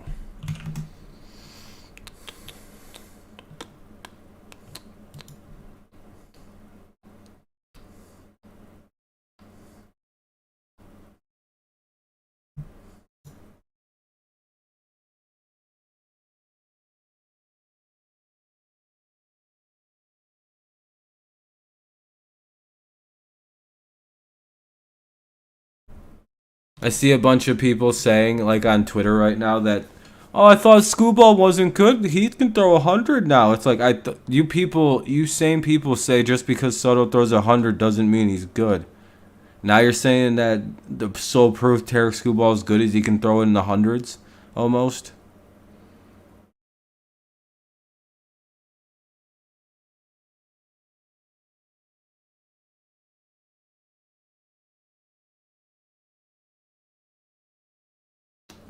Yeesh.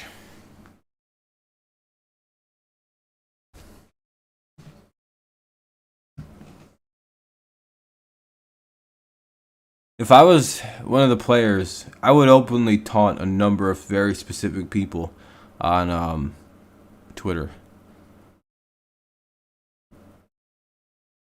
Very specific people. I'd systematically take out their Twitter accounts. Yeah, I think Austin, once his goddamn Achilles stop fucking being sore, he'll be able to help us out. I think after the All-Star break, he should be good to go. Mans can't catch a break this season. Baez, Scope, and Harold Castro, top of the 6, 4-1. Royals lead it. You see one single that's in blue, 4 doubles in red, and the couple home runs in Chicago. Those are the ones in white. Could really use a homer or something from Baez. A little bit more power. Team and home runs. Outside or strike one. I miss you, Atlanta. I don't know what my head just did. Anyway, it's 0-1. 0-2. He's quickly behind Brady Singer, 0-2. Yeah, he's never really been like super just unfortunate with the injuries. So for him, it's just attack. That's bounce foul. Dre. Discussion with some of the catchers. Foul ball by Baez. It'll be an 0-2 count still. We'll see another pitch. Tires don't need any money, Dre.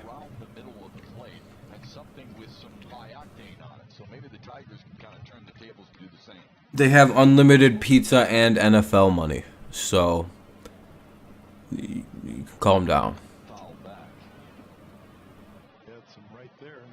They should be able to outspend every team in baseball several times over with their unlimited pizza and now NFL money. So I'm hoping this team improves in the offseason with the NFL money coming in.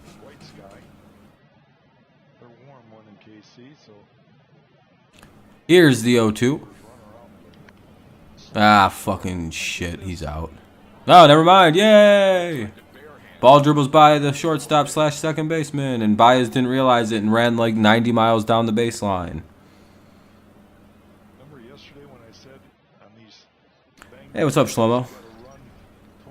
Yeah, it's going good. It's going good. Just wish the team didn't suck a bag of shit every time I watched them. But, you know, other than that, I'm enjoying the day.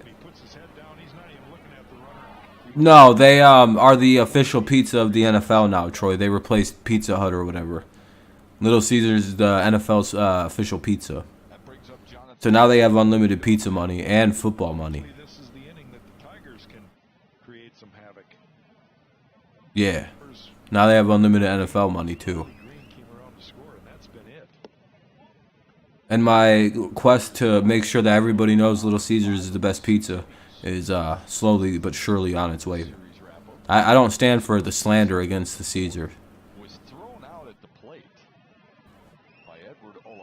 It's weird. It's okay, yeah, I've literally never had bad Little. I mean, occasionally you get a bad one, but like I've never had consistently bad Little Caesars where I'm like, I just don't enjoy eating the pizza there. I've had that from most other pizza places. Jets is pretty good, but that's not all over the country yet. 1-1. From Little Caesars Arena. That's actually kind of believable. My team finally beat those hardcore team. Who are the Guardians? I forgot, you guys struggle with them. And it's the weirdest shit I ever seen, I'm pretty sure. Yeah, Woods, I agree. 100%. While I don't disagree, we could maybe go in a fresh direction by letting Avila go. I don't think the performance of the team is... Scope strikes out. Is necessarily his fault all the time. Exactly, Dre. Well, it's a little expensive now. I think it's a little more than that now. It's like $6.29 or some shit because of inflation. But yeah, no, like you can say that Avila doesn't really know how to find offensive talent and doesn't know really how to draft it. And I'd be like, yeah, that's probably a good reason to move on. He's done a good job. He's helped fix our pitching staff. We've got a good bunch of good young pitchers now.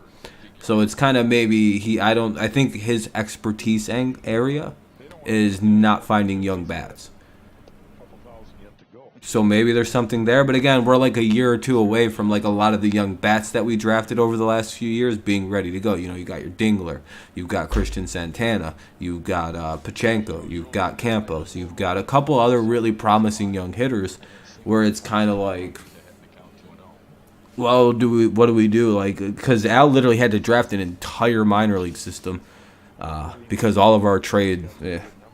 It's hard to get into why we made the trades we made, but let's just say that like nobody would have traded with us if we didn't lose those trades, except maybe the Verlander one. That's kind of unfortunate, but that's kind of a hindsight trade. Jake Rogers would be our starting catcher if that makes any difference. Probably hitting about 260, catching very well. If Franklin Perez didn't get hurt, like unfortunately, like he'd probably be pitching here with us.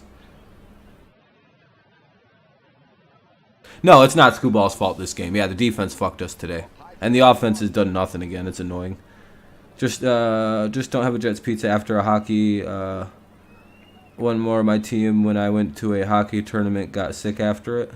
I mean, that happens sometimes with all fast food. It's a risk you take when you eat all food. You could get sick from it.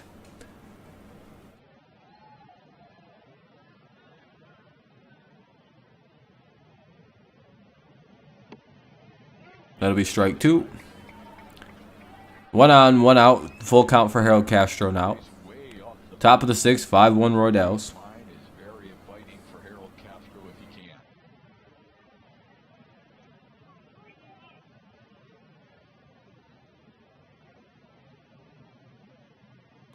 And here's a pitch. That'll be up high, ball 4. 2 on, 1 out for Jeimer Candelario. Jameer Candelario. His name is hard to say if you say it with an accent. Hey, we're up to 34 likes. That's crazy. I appreciate that, everyone. Very, very cool. Yeah, we didn't have a farm system. Well, to be fair, Mike Ilitch and them were trying to win a World Series, so I'm not too mad at Dave for killing the farm system, but it's also like, yeah, I mean, it was desolate down there. Charlie Montoya was fired. Yeah, I seen you say that earlier, Shlom. I'm sorry I missed that earlier. Another bench coach. Yeah, I'm surprised he lasted. I thought they would fire him in the offseason after the way that kind of the Blue Jays didn't do so good. Kind of like how the Padres fired their coach. Yeah, I do like the idea. I think it's a tip of the cap to 2 guys that are going to be future Hall of Famers. I'm not sure that'll always be the case because, you know, it's going to be 2 guys like Pujols and Cabrera. It's not good we've sent a reliever to the All-Star game for the 4th time. It'll be a random year kind of thing. You know, you look ahead, okay, who would it be? Greg Soto, the All-Star. Much deserved. Especially over Turtleneck Boy. Sorry, I prefer my All-Star representative to not wear a turtleneck and be a dork.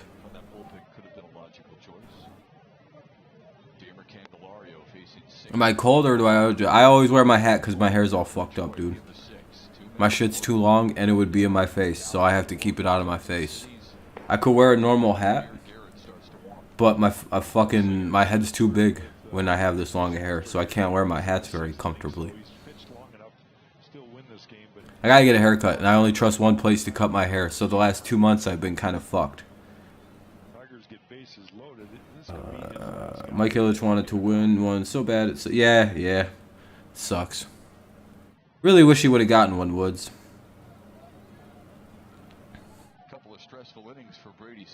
Would have been really cool. Wouldn't it be so bad to have gone through all this rebuild, because, you know, we won a title lately, so... Anyway, 2-0 count for Candelario with runners on and 1 out. Here's the pitch. It'll be 3-0. Good start to the at-bat. But does it mean anything? What is he cooking? A lot of times you have to ask yourself, is this guy nibbling here, trying to Yeah, it would have been way less painful. lead, or is he just running out And not as just a grueling feeling. 3-1. questions pitching coaches and managers have to ask themselves is, You want to watch the Twins lose, hopefully, what am I seeing here? You know, a big lead and game free, game Rob is free on YouTube. Oh, no, I don't want to watch the Twins. Yeah, I know they're free. They're on YouTube today. I think they're, who they playing? Milwaukee or some shit? Candelario with a foul ball on the first. It's probably a cool game. Full count on Candelario with 2 on and 1 out in the top of the 6th. 5-1 Royals lead. What will Candy do with the ball pitched to him? We shall see. Hopefully he gets walked so we don't lose the at-bat.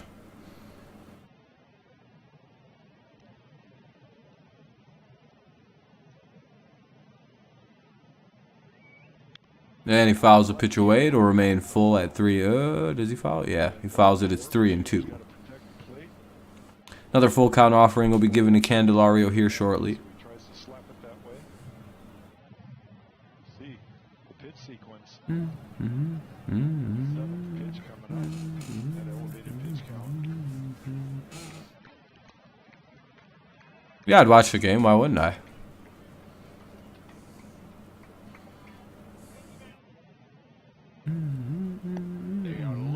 That'll be ball 4. Load him up for Spencer Torkelson. 1 away. And maybe Torque finally has a rare Torque bomb moment. Tie it up with one swing here, Shep. Come on.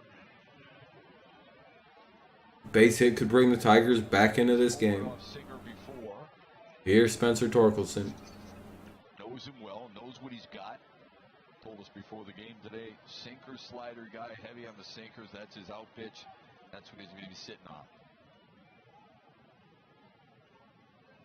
Yeah, and all he really needs to try to do is put a good swing on a pitch that he can handle. Up high, 1-0. Up high, ball 1. It's kind of unraveled. Bases loaded, 1 away. Top of the 6th. 1-0 count for Torque. Pitch coming.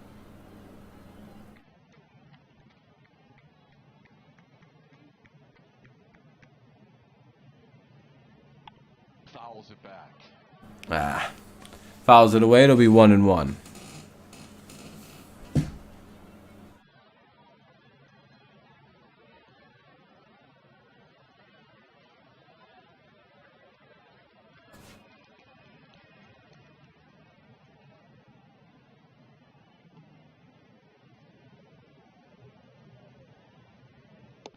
In there for a All right, 1-2.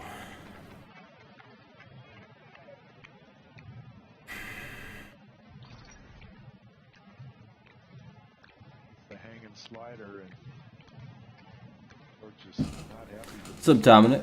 How's it going? 1-2 count, 1 away. Bases loaded. Top of the 6th for the Tigers. Here's the pitch, and Torque strikes out. watch out for Singer there. Melendez gives And here comes Badu to probably get out himself. All right, well, at least we know we can load the bases. he had a hittable pitch, and then he After that is pretty questionable what happens, but trying to figure out we can load them up. pull the trigger and when do I pass. That's for damn sure. 5 walks and now 5 strikeouts for Singer. and almost out of the inning. Here's Akil Badu. First pitch. Ball 1 to Badu.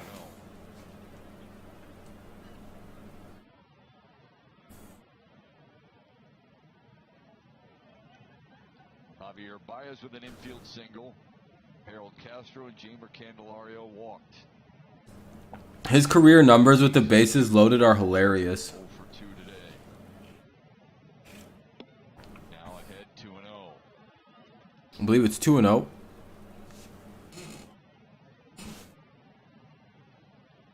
Derek Hill and Daz. 1 pitches now for Singer, the most Daz was coming off something, and I don't know. They just don't use Derek Hill anymore. Yeah, this is a tough decision. He's a AAA guy now. in there for a strike. That was a shit call. 2-1. Let's just assume Badu stays alive and gets on. Then you got Barnhart coming up. Barnhart's a switch hitter. And Brady Singer's probably done, but he brings in the lefty Garrett and probably going to pinch hit. Here's Baду with the bases loaded, 2 away, 2-1 count. Here's the pitch from Singer. And Badu fouls it away, 2-2.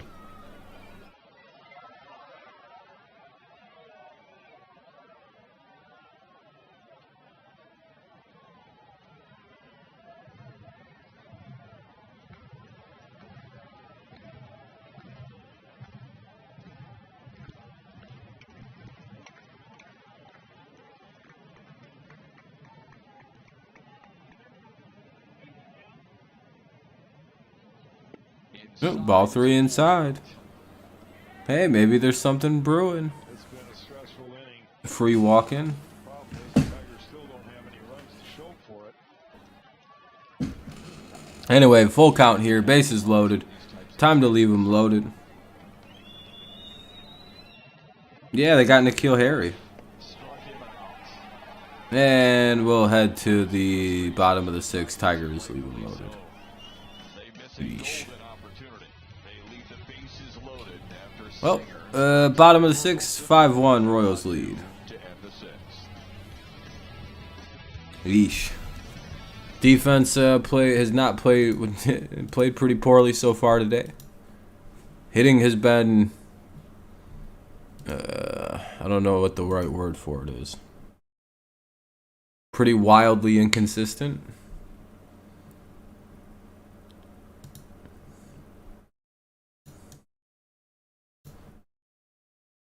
Anyway, I don't know. We got like 2 hit when like what we got 8-0'd in one of the games recently. Yeah, I know, Ghost. Pretty bad. Pretty bad. Pretty bad.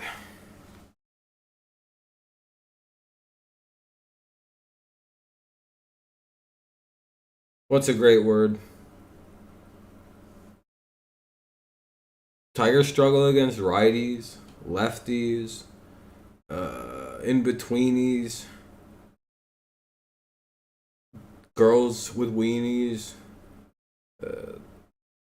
guys with genies, anything in between, all of it. They struggle with anything. It's fucking terrible. The only thing they could do is hit, like, elite pitching. Hey, what's up, Wade? If you have a Cy Young candidate pitcher, though, and you put him up against this Tigers team, they will do really good.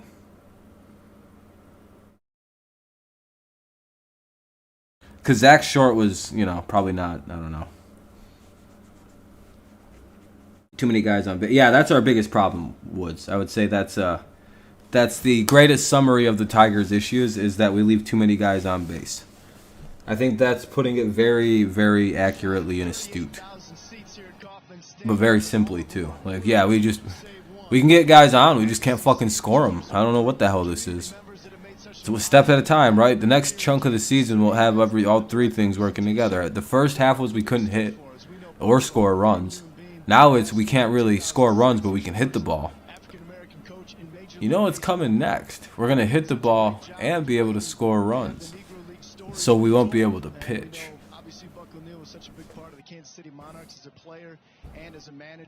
Pretty much, Troy. Yeah, the veterans need to start hitting the goddamn baseball consistently, and the young guys will probably follow suit. Tends to work in a symbiotic relationship. When the good guys are, when the veterans are hitting, the young guys follow suit, typically. How do you get a seat there? Well, honestly, typically. So it's you basically is bid on, or I wouldn't say bid on. You are nominated. Yeah, Wade, it's not been a good day for them. People in the community that realize that you've reached out. Yeah, we've struggled on defense this afternoon. It would probably be like 3-1 right now, if there maybe 3-4 to. It'd probably be about 3 or 2 to. You guys would still be leading if it wasn't for bad defense, but it might be like a 2-1, maybe 3-1 type thing. No, the Tigers don't need to trade for a shortstop. 2-2. Appreciate that. That's good knowledge, man. Great stuff. Love that. You got it. Edward Olivares leading off. Yeah, I know. Singer's trying. He's trying to be cool. Like, I mean, I'm trying, you guys. He threw two balls right down the middle and was like, dude, just hit him. Yeah, I was going to say, Bobby's like going to be a Royal for a minute. But GG's to you guys, Wade. We played like dog shit again this afternoon. I don't really think we're pulling out of this. I mean, crazier things have happened, but based on the way that we're playing, so I mean, unless we just start getting lucky and start hitting them. I mean, that could happen, but I mean, I feel like we should be winning this game right now with the amount of times we've had the bases loaded. You know, Major League Baseball players would stop every time they were in Kansas City, and you'd look up. Bad defense and a couple other things really fucked this all up. Man, no one's watching anymore either. Crazy. I got to meet him, and he was an extreme gentleman. I can end the stream. It was fucking boring. But he loved people. Down to 33 likes. Yeesh. He's about 5 rows back behind home plate.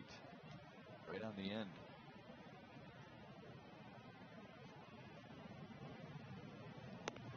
Tarek Skubal strikes out Olivares to start the 6th. That's his 5th punch out of the day.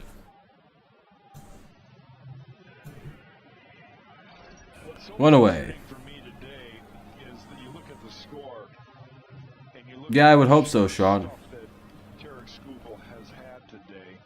Yeah, Troy, you'd no. Had 80 pitches, like Shep just mentioned, picked up his 5th strikeout, but some of the best Yeah, probably. the hardest fastball he's thrown in his career today. Yeah, those guys are pretty old. Probably not good for a modern game. Scott Coolball and Hessman are old too, so I'm not really sure the solution's getting more old guys that are used to an older game, but okay.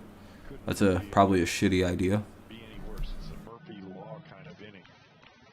Well, on top of that, his offense has not helped him at all. The bases loaded at the 1st and only scored 1. They had runners at 1st and 2nd. Couldn't score anything. They had the bases loaded with. Nice, Eric. It should be a fun series. To Shep's point, 7 runners left on base here, and you're only through 6. Again, he's like 90 years old. I'm good. I don't know players and coaches.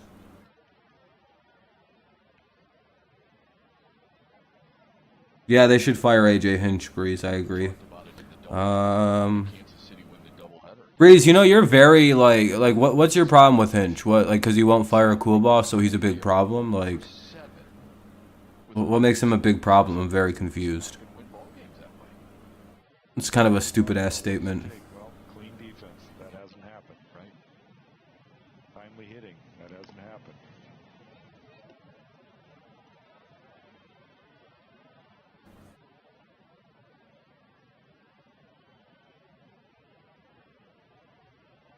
Anyway, 1 and 2 count on Isbell.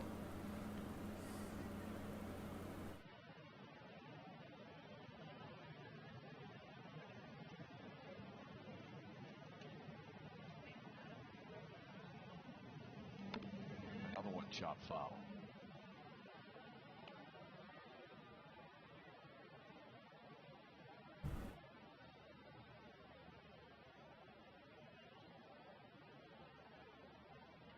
Another deep count here. 7th pitch coming up.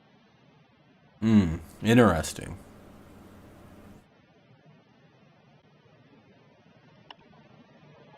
Fights it off the left, but 2 back pedals made it interesting. 2 away. It's almost like he's doing a really good job despite, I don't know, fucking 50 injuries. 14 different starting pitchers have to be used. Has not yet once had a starting lineup.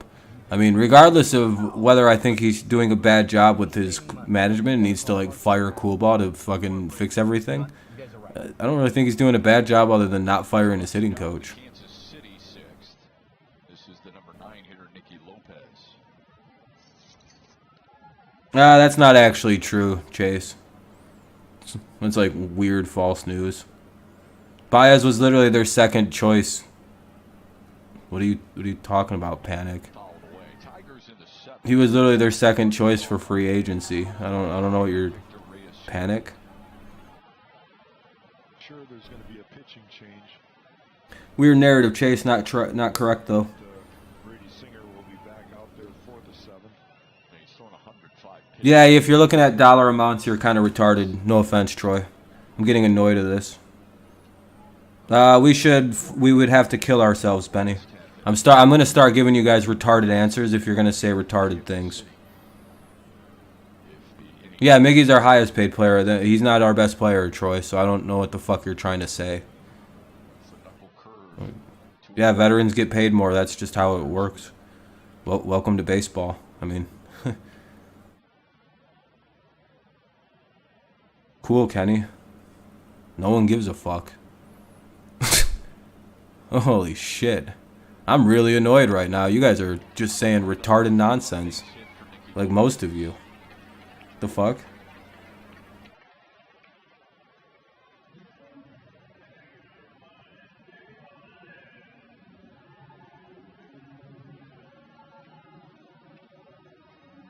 Yeah, we should just fire everybody and cut everyone and just not have a baseball team. Fold the franchise. You're right, Breeze.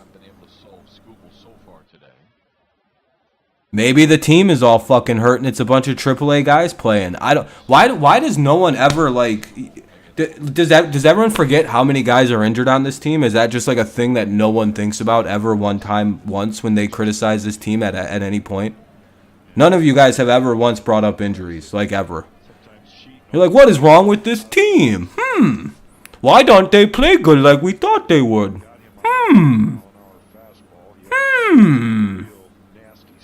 I am such a smart person. It's clearly dissed. What just happened with baseball team? I don't know. Fucking 90 injuries to this team has ruined the season. Look at the goddamn White Sox. They can't win either because of injury. You know injuries actually mean something, right? You can't just be like, well, they should have guys to call up. Yeah, 1 or 2 AAA guys to replace an injured player is probably fine. Not when your entire major league team is basically a AAA fucking roster because everybody's hurt. Holy shit. I'm so annoyed of like this weird criticism and it never like goes, I know they're hurt, but like where is that one caveat ever uttered in this, like ever? By any of you. Have you ever criticized the team with like remembering how hurt this team is? Have any of you done that? You said maybe it's just unfortunate luck or something. Yeah, they're fucking hurt, Breeze. They're a very injured baseball team. One of the worst I've ever probably seen in my life watching baseball, actually. I've literally never seen a team this banged up before and have bad breaks with injuries the way this team has. I've never seen a fucking team use 15 different starting pitchers outside of us and the Cubs this year. Do you know how many pitchers that is as starters? No, you don't. You just said you don't know what you don't know. You don't agree. You're like blaming everybody for the fact this team is like underperforming because of injuries. Jesus Christ. No, you don't know. No, you don't agree. You have a new blame every other stream for something. It's fucking annoying. I wouldn't have any of those fucking managers. They're all garbage. I'd rather have AJ Hinch. We have the right manager. He just needs to fire his garbage hitting coaches. It's that simple. It's really that simple. That fixes 99% of this team's problems. And if we got healthy. There's 100% of the problems fixed with those two things. A healthy team and no fucking cool ball on this team. And everything's all good.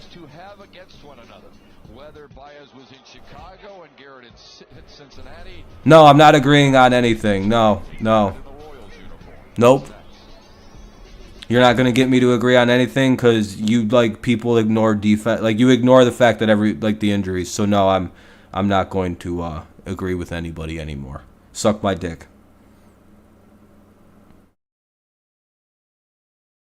I'm really annoyed at people right now for fucking just constantly shitting on this team with not once being like, oh, I know they're injured, but you know how many times I have to remind people that they're injured? Jesus Christ. Because he's 800 years old and we don't need old coaches. They're retarded. And they don't know the game of baseball. You fucking idiot. And I hope he dies of a fat old man disease. I don't give a fuck. Suck a dick.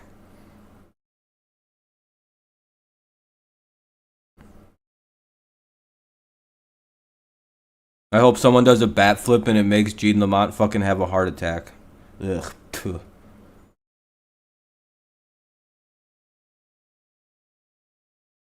Cool. I don't give a shit, Charles. Not to be mean, but I really don't give a flying fuck about that. There's literally no reason to move on from AJ Hinch, as I'm getting more and more annoyed from the retarded statements, dude.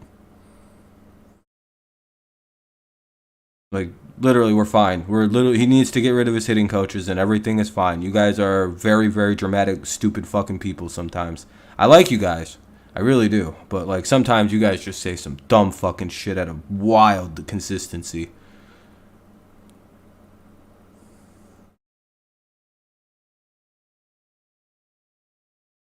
Gene Lamont is 80 years old, Justin. Who gives a shit? Yeah, the game isn't old school anymore, so who gives a shit? What, you're going to be drag bunning in the American League? Fucking idiot. Yeah, your team will win 30 games by doing that. Yeah, we ignore analytics here. We don't do none of them fancy analytics. We only go by eye test. I have my pitchers go 8 innings. The starters all do. Right now, we're dealing with 9 Tommy John surgeries, so, you know, not everyone's as tough as they used to be. But you know, we have guys, you know, we have a pitcher minimum. You got to throw a minimum of 190 pitches as a starter before you get pulled. I'm old school. Yeah, it's called retarded. I can't wait till there's opening pitchers, and that's the way fucking baseball goes. God damn, I can't wait. You know how much better baseball is going to be when we don't have a fucking starting pitching thing going on anymore? God, I'll be happy. Why is Robbie Grossman in the game? No, we're not taking this shit seriously. 1-0. Alright, I'm done being mad. Had 3 hits from the right side in game 2 Monday night. 2-0. If this dude don't walk, I'm gonna. He's fucking. I don't know why they keep playing this guy.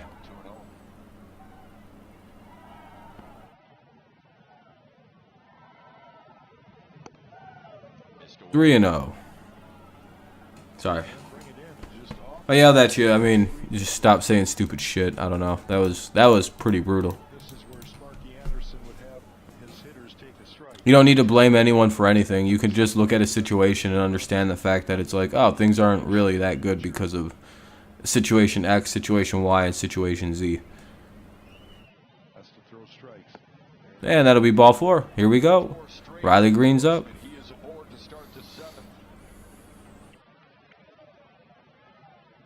Oh, yeah, the Garrett and Baez thing. Yeah, I mean, if Baez even bats this inning, that's a lot of assumption baked into that. And who's to say they don't even pull him before Baez comes up?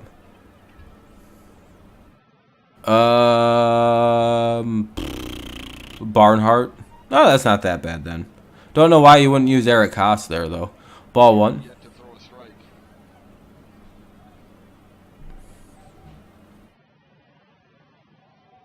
I guess that saves Eric Haas for a little later, I guess. I mean, he's going to come in and play defense, though, so. I don't know.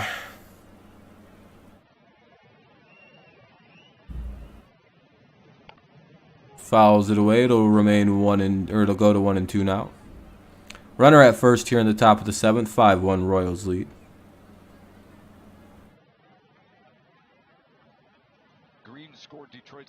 Yeah, I mean, yeah, I'd put Grossman in over Barnhart. I'd have just probably pinch hit Haas, you know, because he's a little better.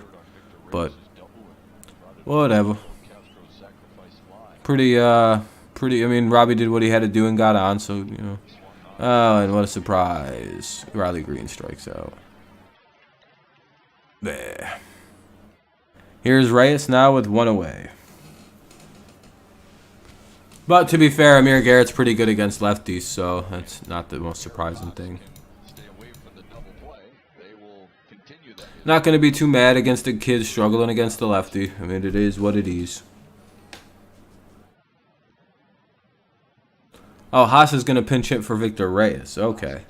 Oh, damn it. That means Robbie's fucking staying in the game. Ball 1 to Haas.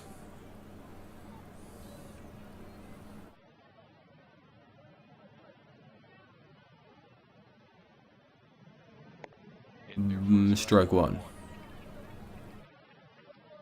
Oh, no shit. We're actually going to, as long as Haas doesn't hit into a double play, I mean, this actually could be going on.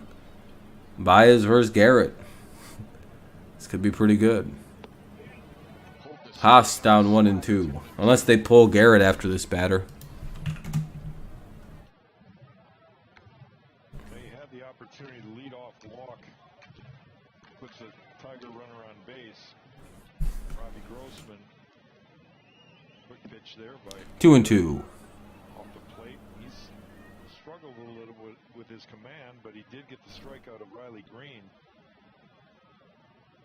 Detroit's just running out of time here. Another one of those games where missed opportunities. 1 on, 1 out, 2-2 pitch, and that'll be down low, ball 3. So we'll have a full count offering for Eric Haas coming up. Amir Garrett the pitcher, Javier Baez is on deck.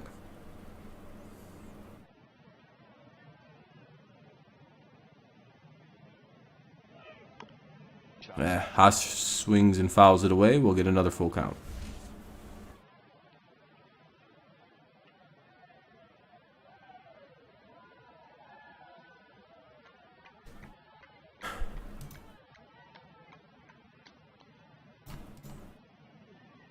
Again, sorry for being in a bad mood earlier. I just got annoyed.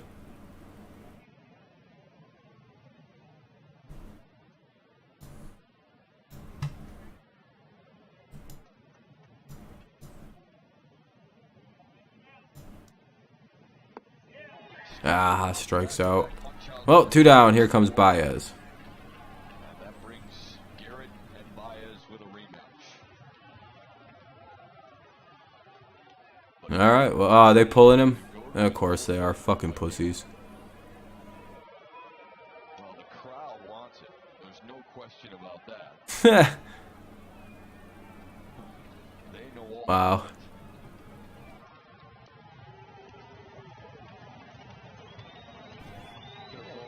Same thing. I think Garrett wanted it too. Garrett didn't get a chance to do this Tuesday. They're chirping him one another. Royals manager got small balls.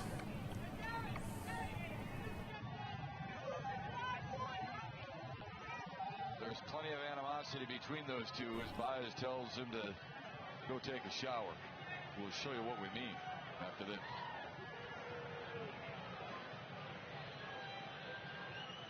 Small balls, Royals.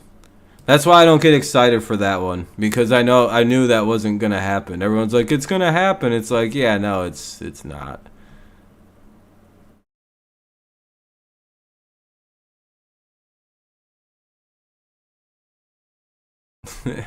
That sucked.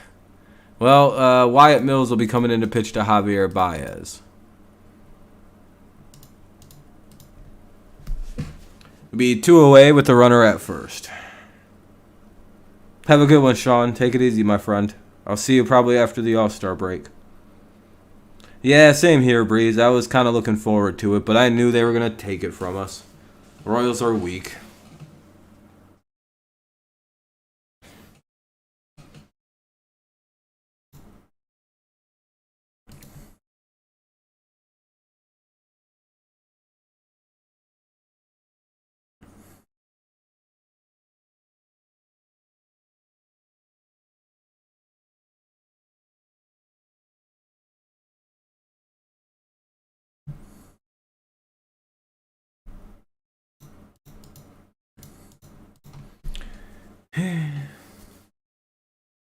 Yeah, he's like 4 for 8 or something like that. Yeah, he's pretty good. Or 4 for 10 or something.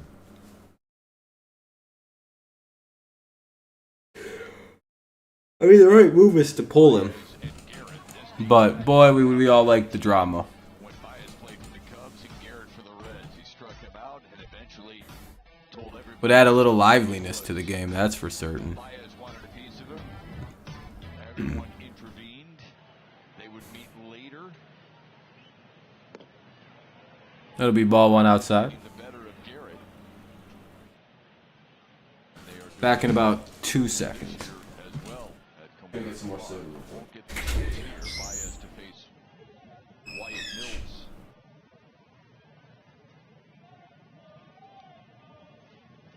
Wave and a miss. It's 1-1.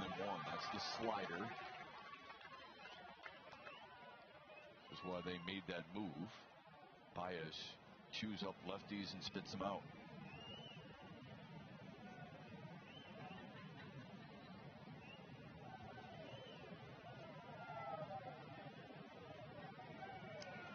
Javi has to not concern himself with all the drama of things gone in the past. He's got to figure out a way to get out. Ooh, there's a fly ball left field. Benintendi tracking it. It's near the corner. He leaps and it's off the wall.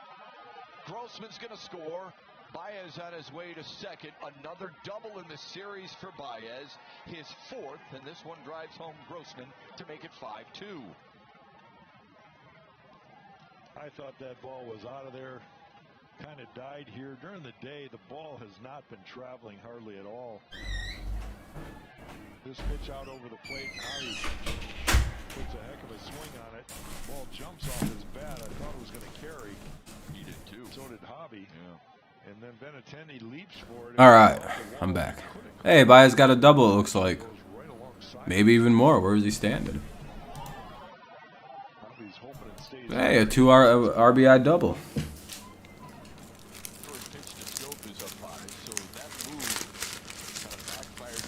I need to eat a little food real quick. I'm fucking starving. I ordered tacos last night, so I'm gonna eat some of this, one of the tacos from leftover.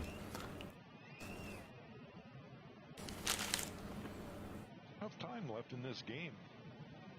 Strike swung on and missed 1-1. We saw it early in last night's game where the Tigers had opportunity after opportunity, couldn't get a run across, and then they finally had that breakthrough inning in the 7th inning where they scored 4 runs. So it's still doable. 1-1 count for Scope. Runner at second. 2 away in the top half of the 7th. 5-2 Royals lead. And Scope fouls it away. It'll be 1-2 again. Ball side windows pitching change. Mills is in for the 13th time this year for Kansas City.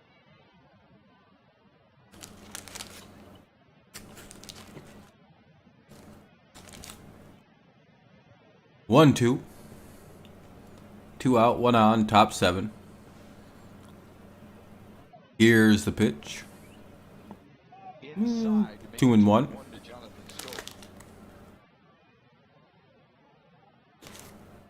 2-2 rather.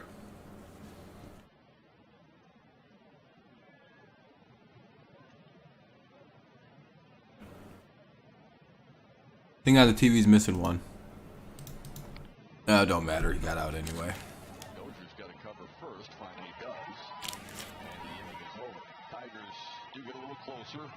After a walk to Grossman to lead off the inning, Javier Baez brings it home with an RBI double. Well, we'll head to the bottom of the 7th. Witt, Benintendi, and Dozier. 2, 3, and 4 due up for the Royals. Witt, Benintendi, and Dozier. 5-2. Royals lead.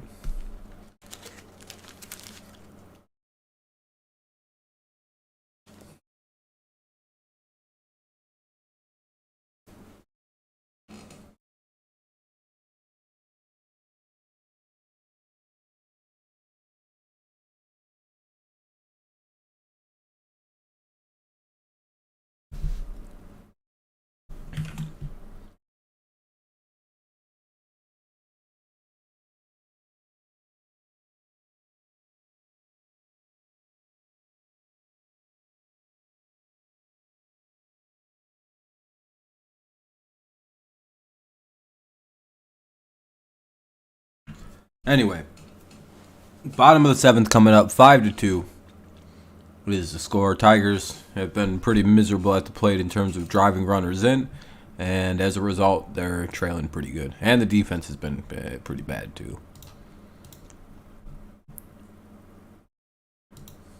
So, if you want a reason as to our winning, poor defense, or losing, poor defense, and just not able to hit, hopefully they can get it.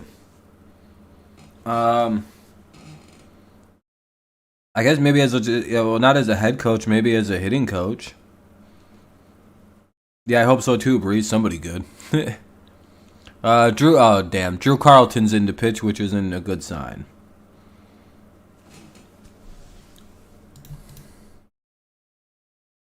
Drew Carlton's face looks kind of small. Like his head looks normal sized, but his face looks small. I don't really know him. Kansas City scored 4 times and really not a whole lot of hard hit contact either. Struble overruns one. Baez thought he could have tagged the runner. So I don't really have any personal feelings about him. And when the base is loaded, the error. Doesn't seem like a very good coach though. If the Blue Jays weren't winning a lot more games. 4 times in the inning. Oh no, I would prefer to keep AJ Hinch. I'm not interested in for the 90th time. I think I've literally answered this. Yeah, I don't think we should hire any new coach. I don't know why you're bringing that back up again. Sitting time out for a few minutes. That was annoying as fuck. Sure, maybe as a hitting coach, Farrell, but not as a manager. Why the fuck? Didn't I make myself real fucking clear? Not even 20 minutes the fuck ago about that, Breeze. Like, literally very fucking crystal clear. No, I don't want anyone new as a manager, especially some fucking loser who couldn't win a game with the Blue Jays. So, no, I'm good. That's retarded. Breeze, I have a feeling, man, I'm not trying to be mean, but it seems like you're just not very bright or something. We were literally just talking about that for like 20 minutes, and you just... You're fucking stupid, dude. I don't know what to tell you. Unless you're doing shit on purpose, you're just kind of, I don't know. Like I thought you were a bright dude, and that's gonna be strike 3. But Troy, am I crazy? Did I not just like literally say like I don't think we should have any new managers? All we need is a new hitting coach. I feel like I said that like 50 different times. Like very explicitly within the last 20 minutes. I don't even know if it was... I think it might have been 10 minutes ago I was saying that. Anyway, 1 away here in the 7th. Witt strikes out. Here's Benintendi. That'll be ball 1. Maybe I didn't say that and I just imagined it, but I'm pretty sure.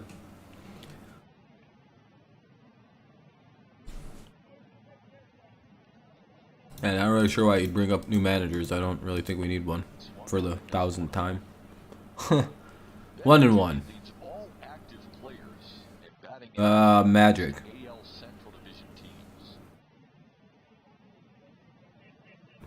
But no, Troy, I like actually said the words though, right? Like I actually said that we shouldn't fire Hinch and just get a new hitting coach. Like I actually said that, right? Like I'm not imagining craziness. Baez doubled in a run. Maybe I didn't say. Maybe I thought so. So I don't know why he'd just be like, do you think we should hire Montoya? No. Pretty sure you're just trolling at this point. If that's the case, I'll just treat him like a troll. I'm fucking tired of people like that.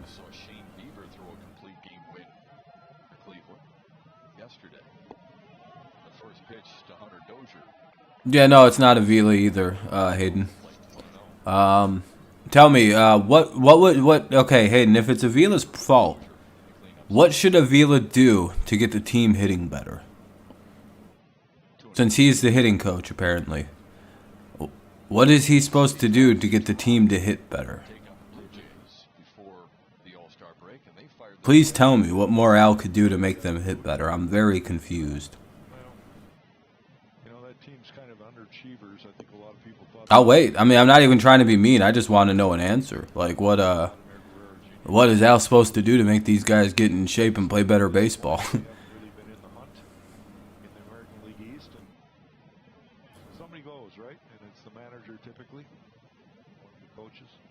You didn't need to delete your message. I'm just curious. Like, I'm fucking lost for words too. I don't know what Al could do. Maybe the problem is predominantly injuries, and then maybe muster in the fact that like our veterans aren't performing very well. That's probably more on the shoulders of our hitting coach than anybody else, and that's about the way to assess this team accurately. And then maybe you could look to the fact we don't have very many young bats right now as a fault of Avila. And if that's enough for you to want to fire him, then sure, fair enough. It seems like he might have trouble finding good young offensive bats. But again, we really, we kind of see that in the next couple years with the guys he recently drafted. We'll see how they play out. So, I don't know. I think there's several ways you can look at the things the Tigers need to do.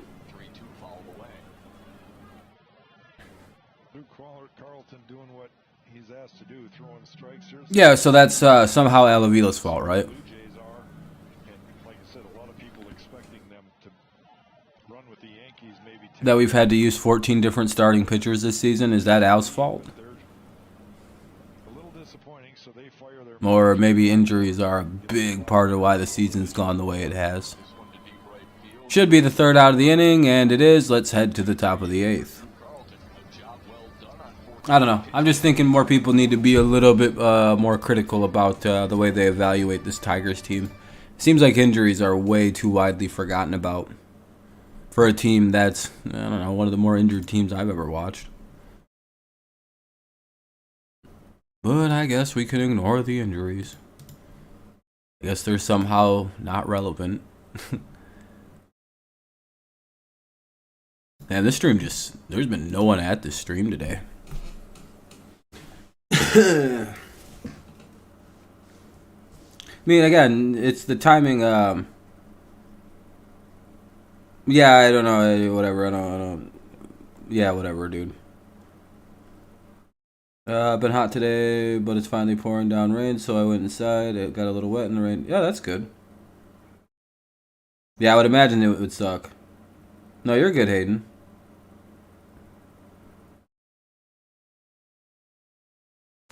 No reason to be sorry.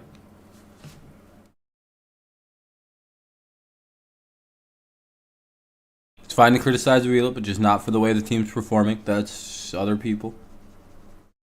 Yeah, but Breeze, I mean, it's pretty obvious that I'm pretty pro AJ Hinch and just getting rid of the hitting coach. I don't know why you'd think I'd want to move to a shittier head coach. I don't know, he's shittier. I'm not going to go over that topic because we literally talked about that exact thing for like a while. And you were in the conversation, dude. I don't know what to tell you.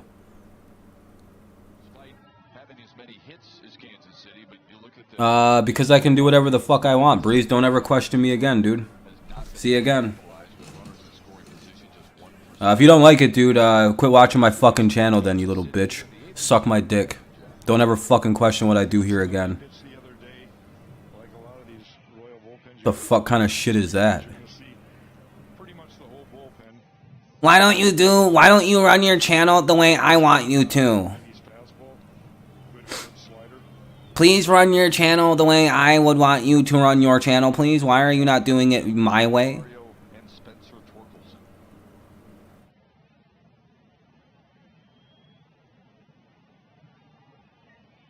Please run your channel like me.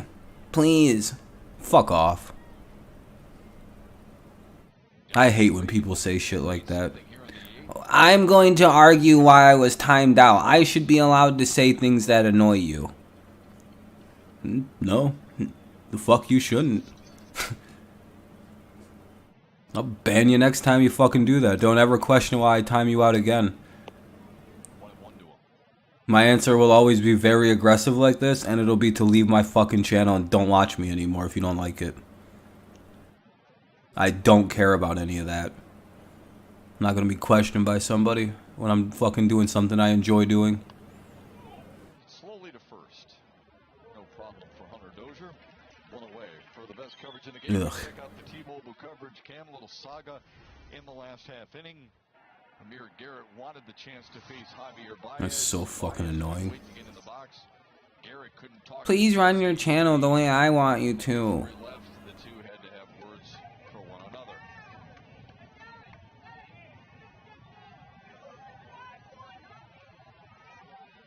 Second base umpire, crew chief Phil Cuzzy, was a little offended by that whole thing. He didn't want it to escalate, so he started screaming at Garrett to get off the field. God, that annoys me so bad, dude. Oh, and Candelario hit by the pitch.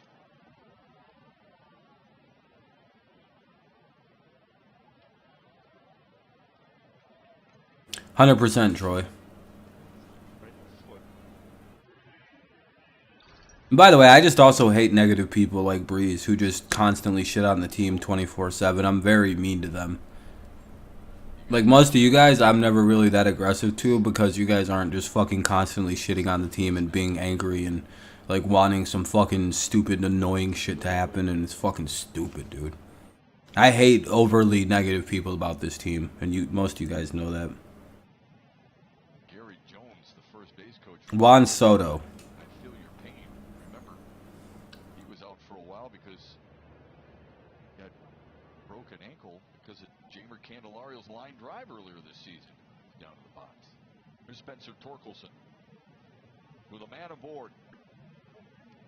See what Detroit. Here's Torkelson with 1 on and 1 out in the top of the 8th, and it's 0-1. Can they come back? They need 3 to tie. 4 to take. No, I just don't like overly negative people. It gets really annoying. A little lethargic here. They did muster up 1 run. I tend to fucking get mean with them kind of people. This one's lined to right. Olivares going over. He's Ugh. good running catch by Edward Olivares. 2 down. Here's Badu. And record out number 2 in the 8th. Torque really hit that ball hard too. Hitting some right on the nose, but hasn't been necessarily rewarded.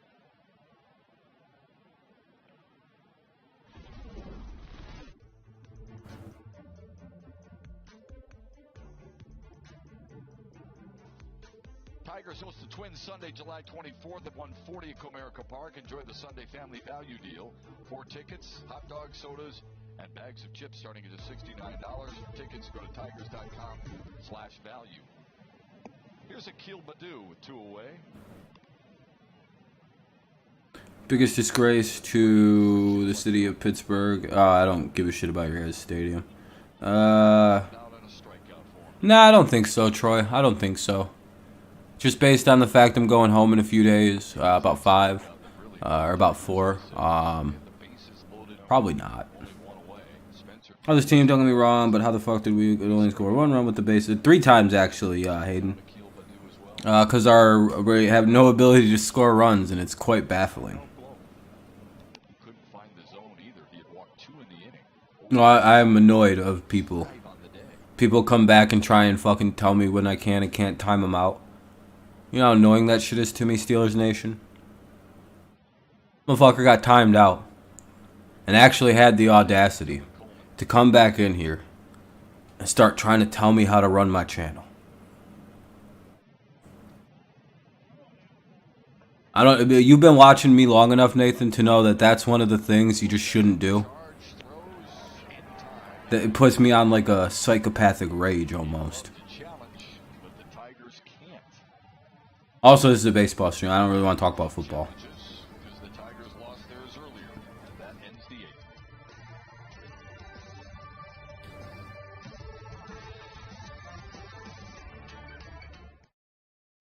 That was a bad inning. Well, unless some crazy shit happens in the 9th, everybody, it doesn't look like we're winning this one. I don't think we really deserve to win a game, though, where we don't score runs with the bases loaded 3 times. So, pretty well-earned loss for the Tigers this afternoon. I'm not mad about the Tigers, by the way. It's just mainly annoying fucking people being retarded.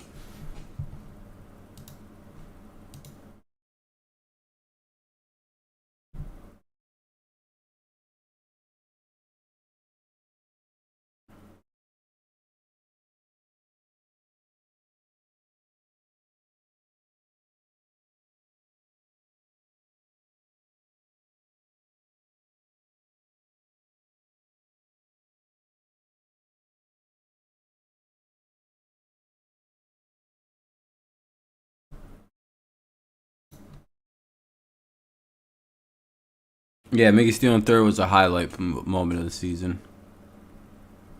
Yeah, 2 runs, 8 hits. You know how it goes. You know the motherfucking vibes. It takes a talented team to be able to do that.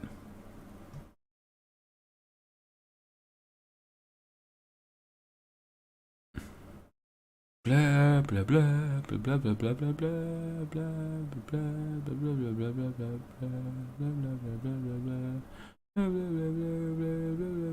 blah. We used up all our luck for last game with Miggy stealing third. Anyway, it'll be Rivera, Pasquantino, and Oliveras, 5, 6, and 7 for the Royals due up. Bottom of the 8th, 5-2 Royals lead. Ugh.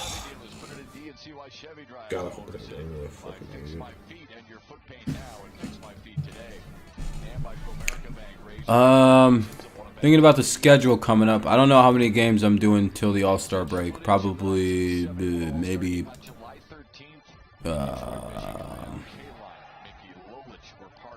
Next 2 games, I'm not 100%. I don't think I'm doing those. I don't think I'm doing the one Saturday because that's my brother's birthday. And then on Sunday, I'm probably traveling, so I don't think I'll be able to do that one. I don't know if I'm doing the entire Guardian series. We'll see, though.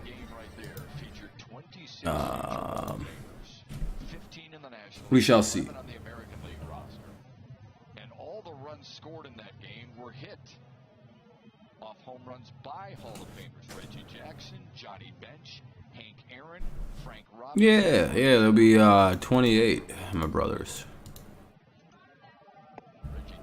Reggie Jackson's Strike 1 to Rivera. the light tower. That was, you think about that. What an experience it must have been for the fans. To understand. Of course, I'll do another stream or something on Friday or either Thursday or Friday. We'll do another version of the stream.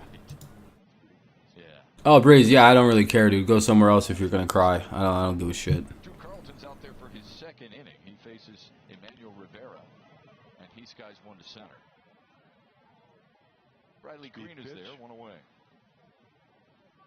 Time for Chevrolet's strongest player. Look at the starting lineups from that 1971 All-Star game. Tell me a guy you wouldn't want to have on your club. Yeah, I don't really give a shit. See you later, dude. Pretty darn good, huh? Sparky Anderson in the National League because he was with the Reds at the time. I was like, who the fuck is in this All-Star game? Who is V Blue and Doc Ellis? Willie McCovey's back. I was like, what the fuck is that? MLB player of all time, probably Miguel Cabrera.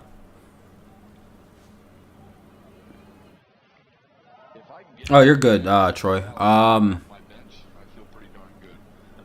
Probably after the All-Star break, I'll be honest. The next general stream will be either Thursday or Friday. Probably going to stream Friday, just kind of like a hangout thing or something. Kind of like we did last week. And then, because Saturday I got stuff to do. Sunday I'm going to be traveling. I just don't think I'll be able to do the game. Like Sunday I'll be able to do it if I'm not traveling. I'll probably make like a post or whatever so that way people can see what's up. 2 down here in the bottom of the 8th.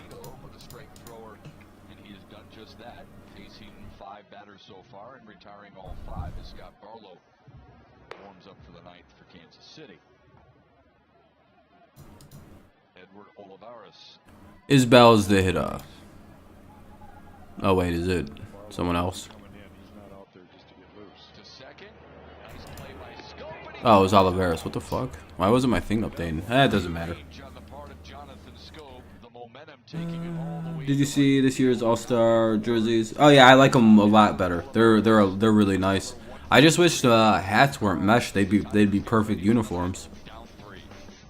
And I hope the AL is a little bit darker than what I'm seeing, but like, yeah, otherwise they're really good. Grossman, Green, and Haas to lead it off here in the bottom of the top of the 9th. Last chance for the Tigers here. They trail 5-2 heading into the top of the 9th. It'll be Grossman, Green, and Haas. 9-1 and 2 for the Tigers. We'll see if they can do anything. Yeah, it'd be nice to have Mize.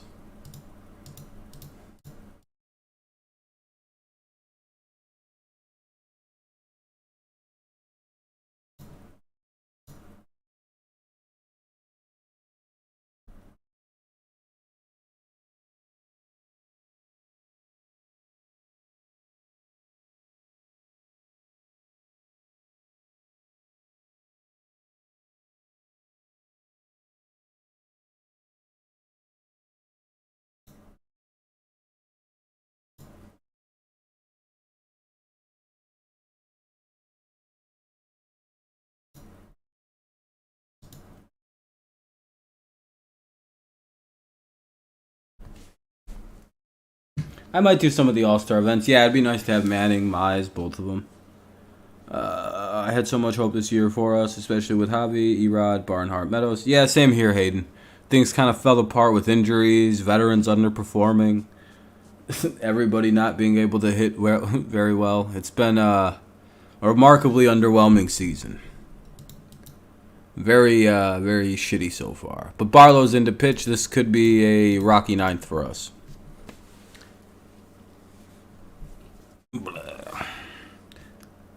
And by the way, you're free to debate me, go against anything I say. But I do have very specific rules on this channel that everybody's well aware of. Number 1, don't spam my fucking channel. That's the most important rule. Never break that rule. It's an instant banishment. I don't really play games with that. Number 2, can't let you use the hard R. That's TOS. Number 3, don't fucking fight me when I time you out. Just take the time out, come back, and just let it go. It's the number 1 rule with the timeouts. Just take it as a way to just pump the brakes, come back with your argument a little bit refreshed, and just don't talk about being timed out. Let it go. I'm trying to pump the brakes, put water on a situation so I stop screaming at you, you stop being mad at me, and it's a very good system I have in place. But see, some people take it like Breeze is taking it and don't really like being timed out, and they get very personalized by it. When really it's a way to kind of just stop things, but you know.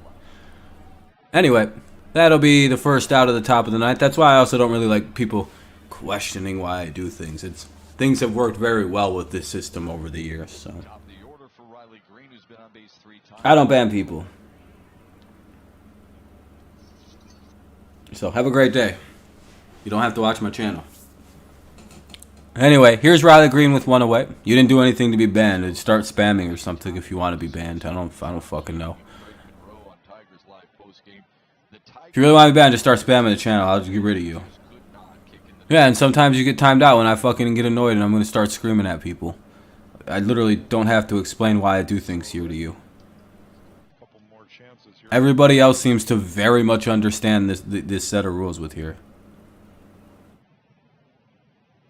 They're very easy to understand. There's 2 of them. Don't spam. And don't fucking fight me on my goddamn timeouts. Just take them and come back refreshed. They're not a big deal. Everybody gets timed out. I time out my mods. And they know what it is. They're like, alright, I guess Rob must be fucking getting pissy. No, he's generally fine. I don't know. I'm telling you. Don't take timeouts the way you're taking it. If you recall, I was calling you a retard every about 35 seconds, so it could have gotten a lot worse. Things could have gotten a lot more out of hand there, Breeze.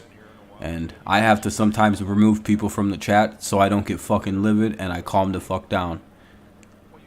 Sometimes it's not even about you. Sometimes it's better for me if I just remove a person for a few minutes. That's why I don't get rid. You see, you're taking it personal, man. Because my rules get talked about very often on this channel because there's always some dumb shit like this going on. And I've explained the rules. I explain the rules very often to people.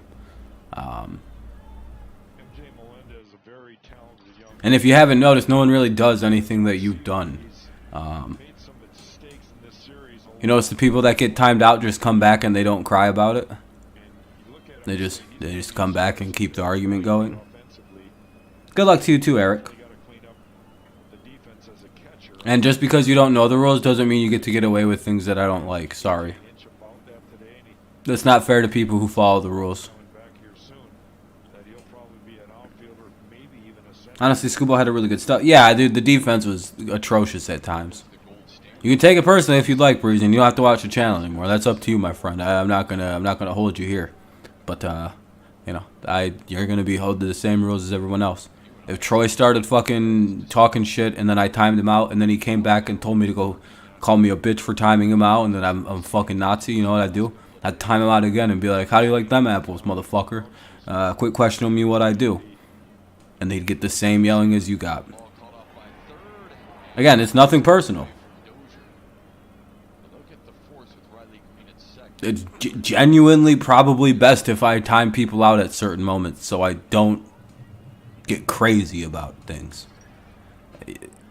You're more than welcome to stay, and I won't be mad at you about any of this. I'm very forgiving and short. What's the word? Very short memory about stuff like this. They won't ever get brought up again. But it's your call if you want to hang out. This is a very fiery, fighty channel. A lot of us fight around here. Gets a lot worse in about 2 months from now. No, it's not really treating people like anything. It's just I mean, I guess I explained it there. It's not meant to be personal. Sometimes I gotta fucking remove situations. Short memory, not short-minded. Short memory on interactions that go poorly. I understand that sometimes people get heated, and I don't hold it against people. Like, you can call me every name in the book, and I'll never get mad about it. It's just if it breaks TOS, I gotta time you out or probably ban you. You know, the hard R, you can't use that one. That one gets you in a lot of trouble. And the T and the F and the FT word.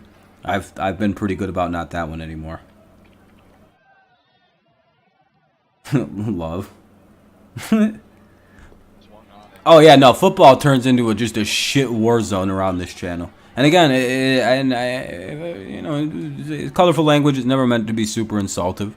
I just sometimes get fired up. I got bad temper sometimes, especially when I'm at this fucking place. Back when I would say I'm more calm at my apartment. No one said you broke terms of service.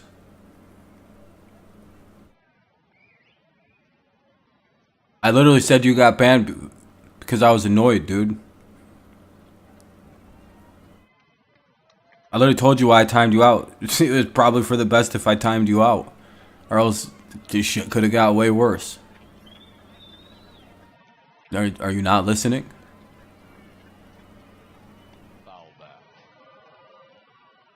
Yeah, I do football games. I do Patriots games and Lions games if they don't play at the same time as the Patriots. Patriots always take the precedence.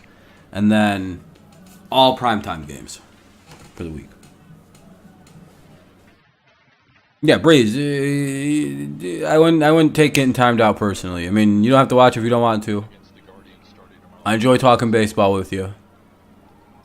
But I'm not really here to apologize for anything other than probably calling you a retard too many times. Everything else is in the barrel for me, and I'm not sorry for it. But name calling, yeah, I usually let people know I'm pretty apologetic about that. I don't really like calling people names.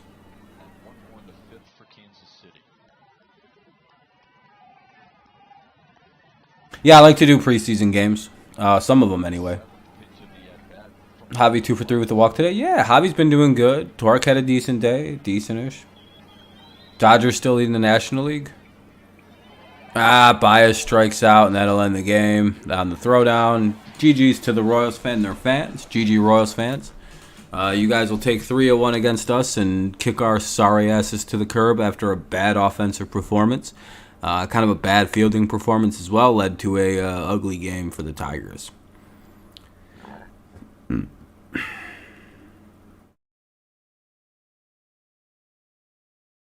Alright, Breeze. You have a good one, man. Hell yeah, Troy. It's always go Tigers.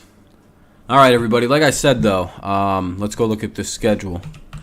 We're still doing games. We'll be back after the All-Star game. But more than likely here, based on a few things. Let me move this a little closer to my face. There we go. You guys can see on the screen now. Later, Eric. I don't know if I'll be able to do these 2 games, but I'll probably stream here on Friday. We'll do like an NFL hangout thing at like 5 or something. Wait, I might actually be able to do this game. It really depends on it. I might be able to do Friday if my brother is not working Saturday morning. So this one's like a giant question mark. It might be the last one I can do here. If not, I'll just do like a hangout thing or blah, blah, blah, blah, blah. But then again, I can't do this game because it's brother's birthday. And this game, I'm probably going to be traveling. So we'll be back on full schedule with these 2 games. We'll do both these games and then the entire Twins series. Padres. It's basically back on normal schedule after the All-Star break. And I might do some of the All-Star game stuff. Just depends if I'm bored and looking for something to do. But yeah, the next stream I do probably won't be tomorrow. Probably 100% won't be streaming tomorrow. I just want to kind of take a day off anyway, just whatever. Kind of last day around anyway. And then Friday I plan on streaming something. Could be the game, could just be a hangout. Something will be streamed. Saturday, no. Sunday, I could stream Sunday night, just kind of like a welcome back, just kind of like a hangout thing. And then normal from there on. All right, we're getting to the end of the weird streaming. I'm dealing with the, being on the road. Yeah, we got to play the Jays and the Padres back to back. It's going to be brutal.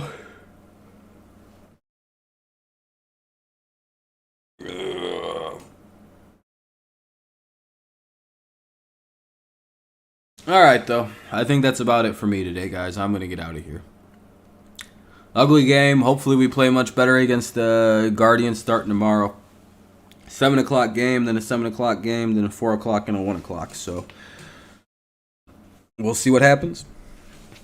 I'll see you guys when I see you next. Hopefully it'll be maybe Friday. We'll be able to do some of the game anyway, and we'll go from there. Yeah, all right. That's about it.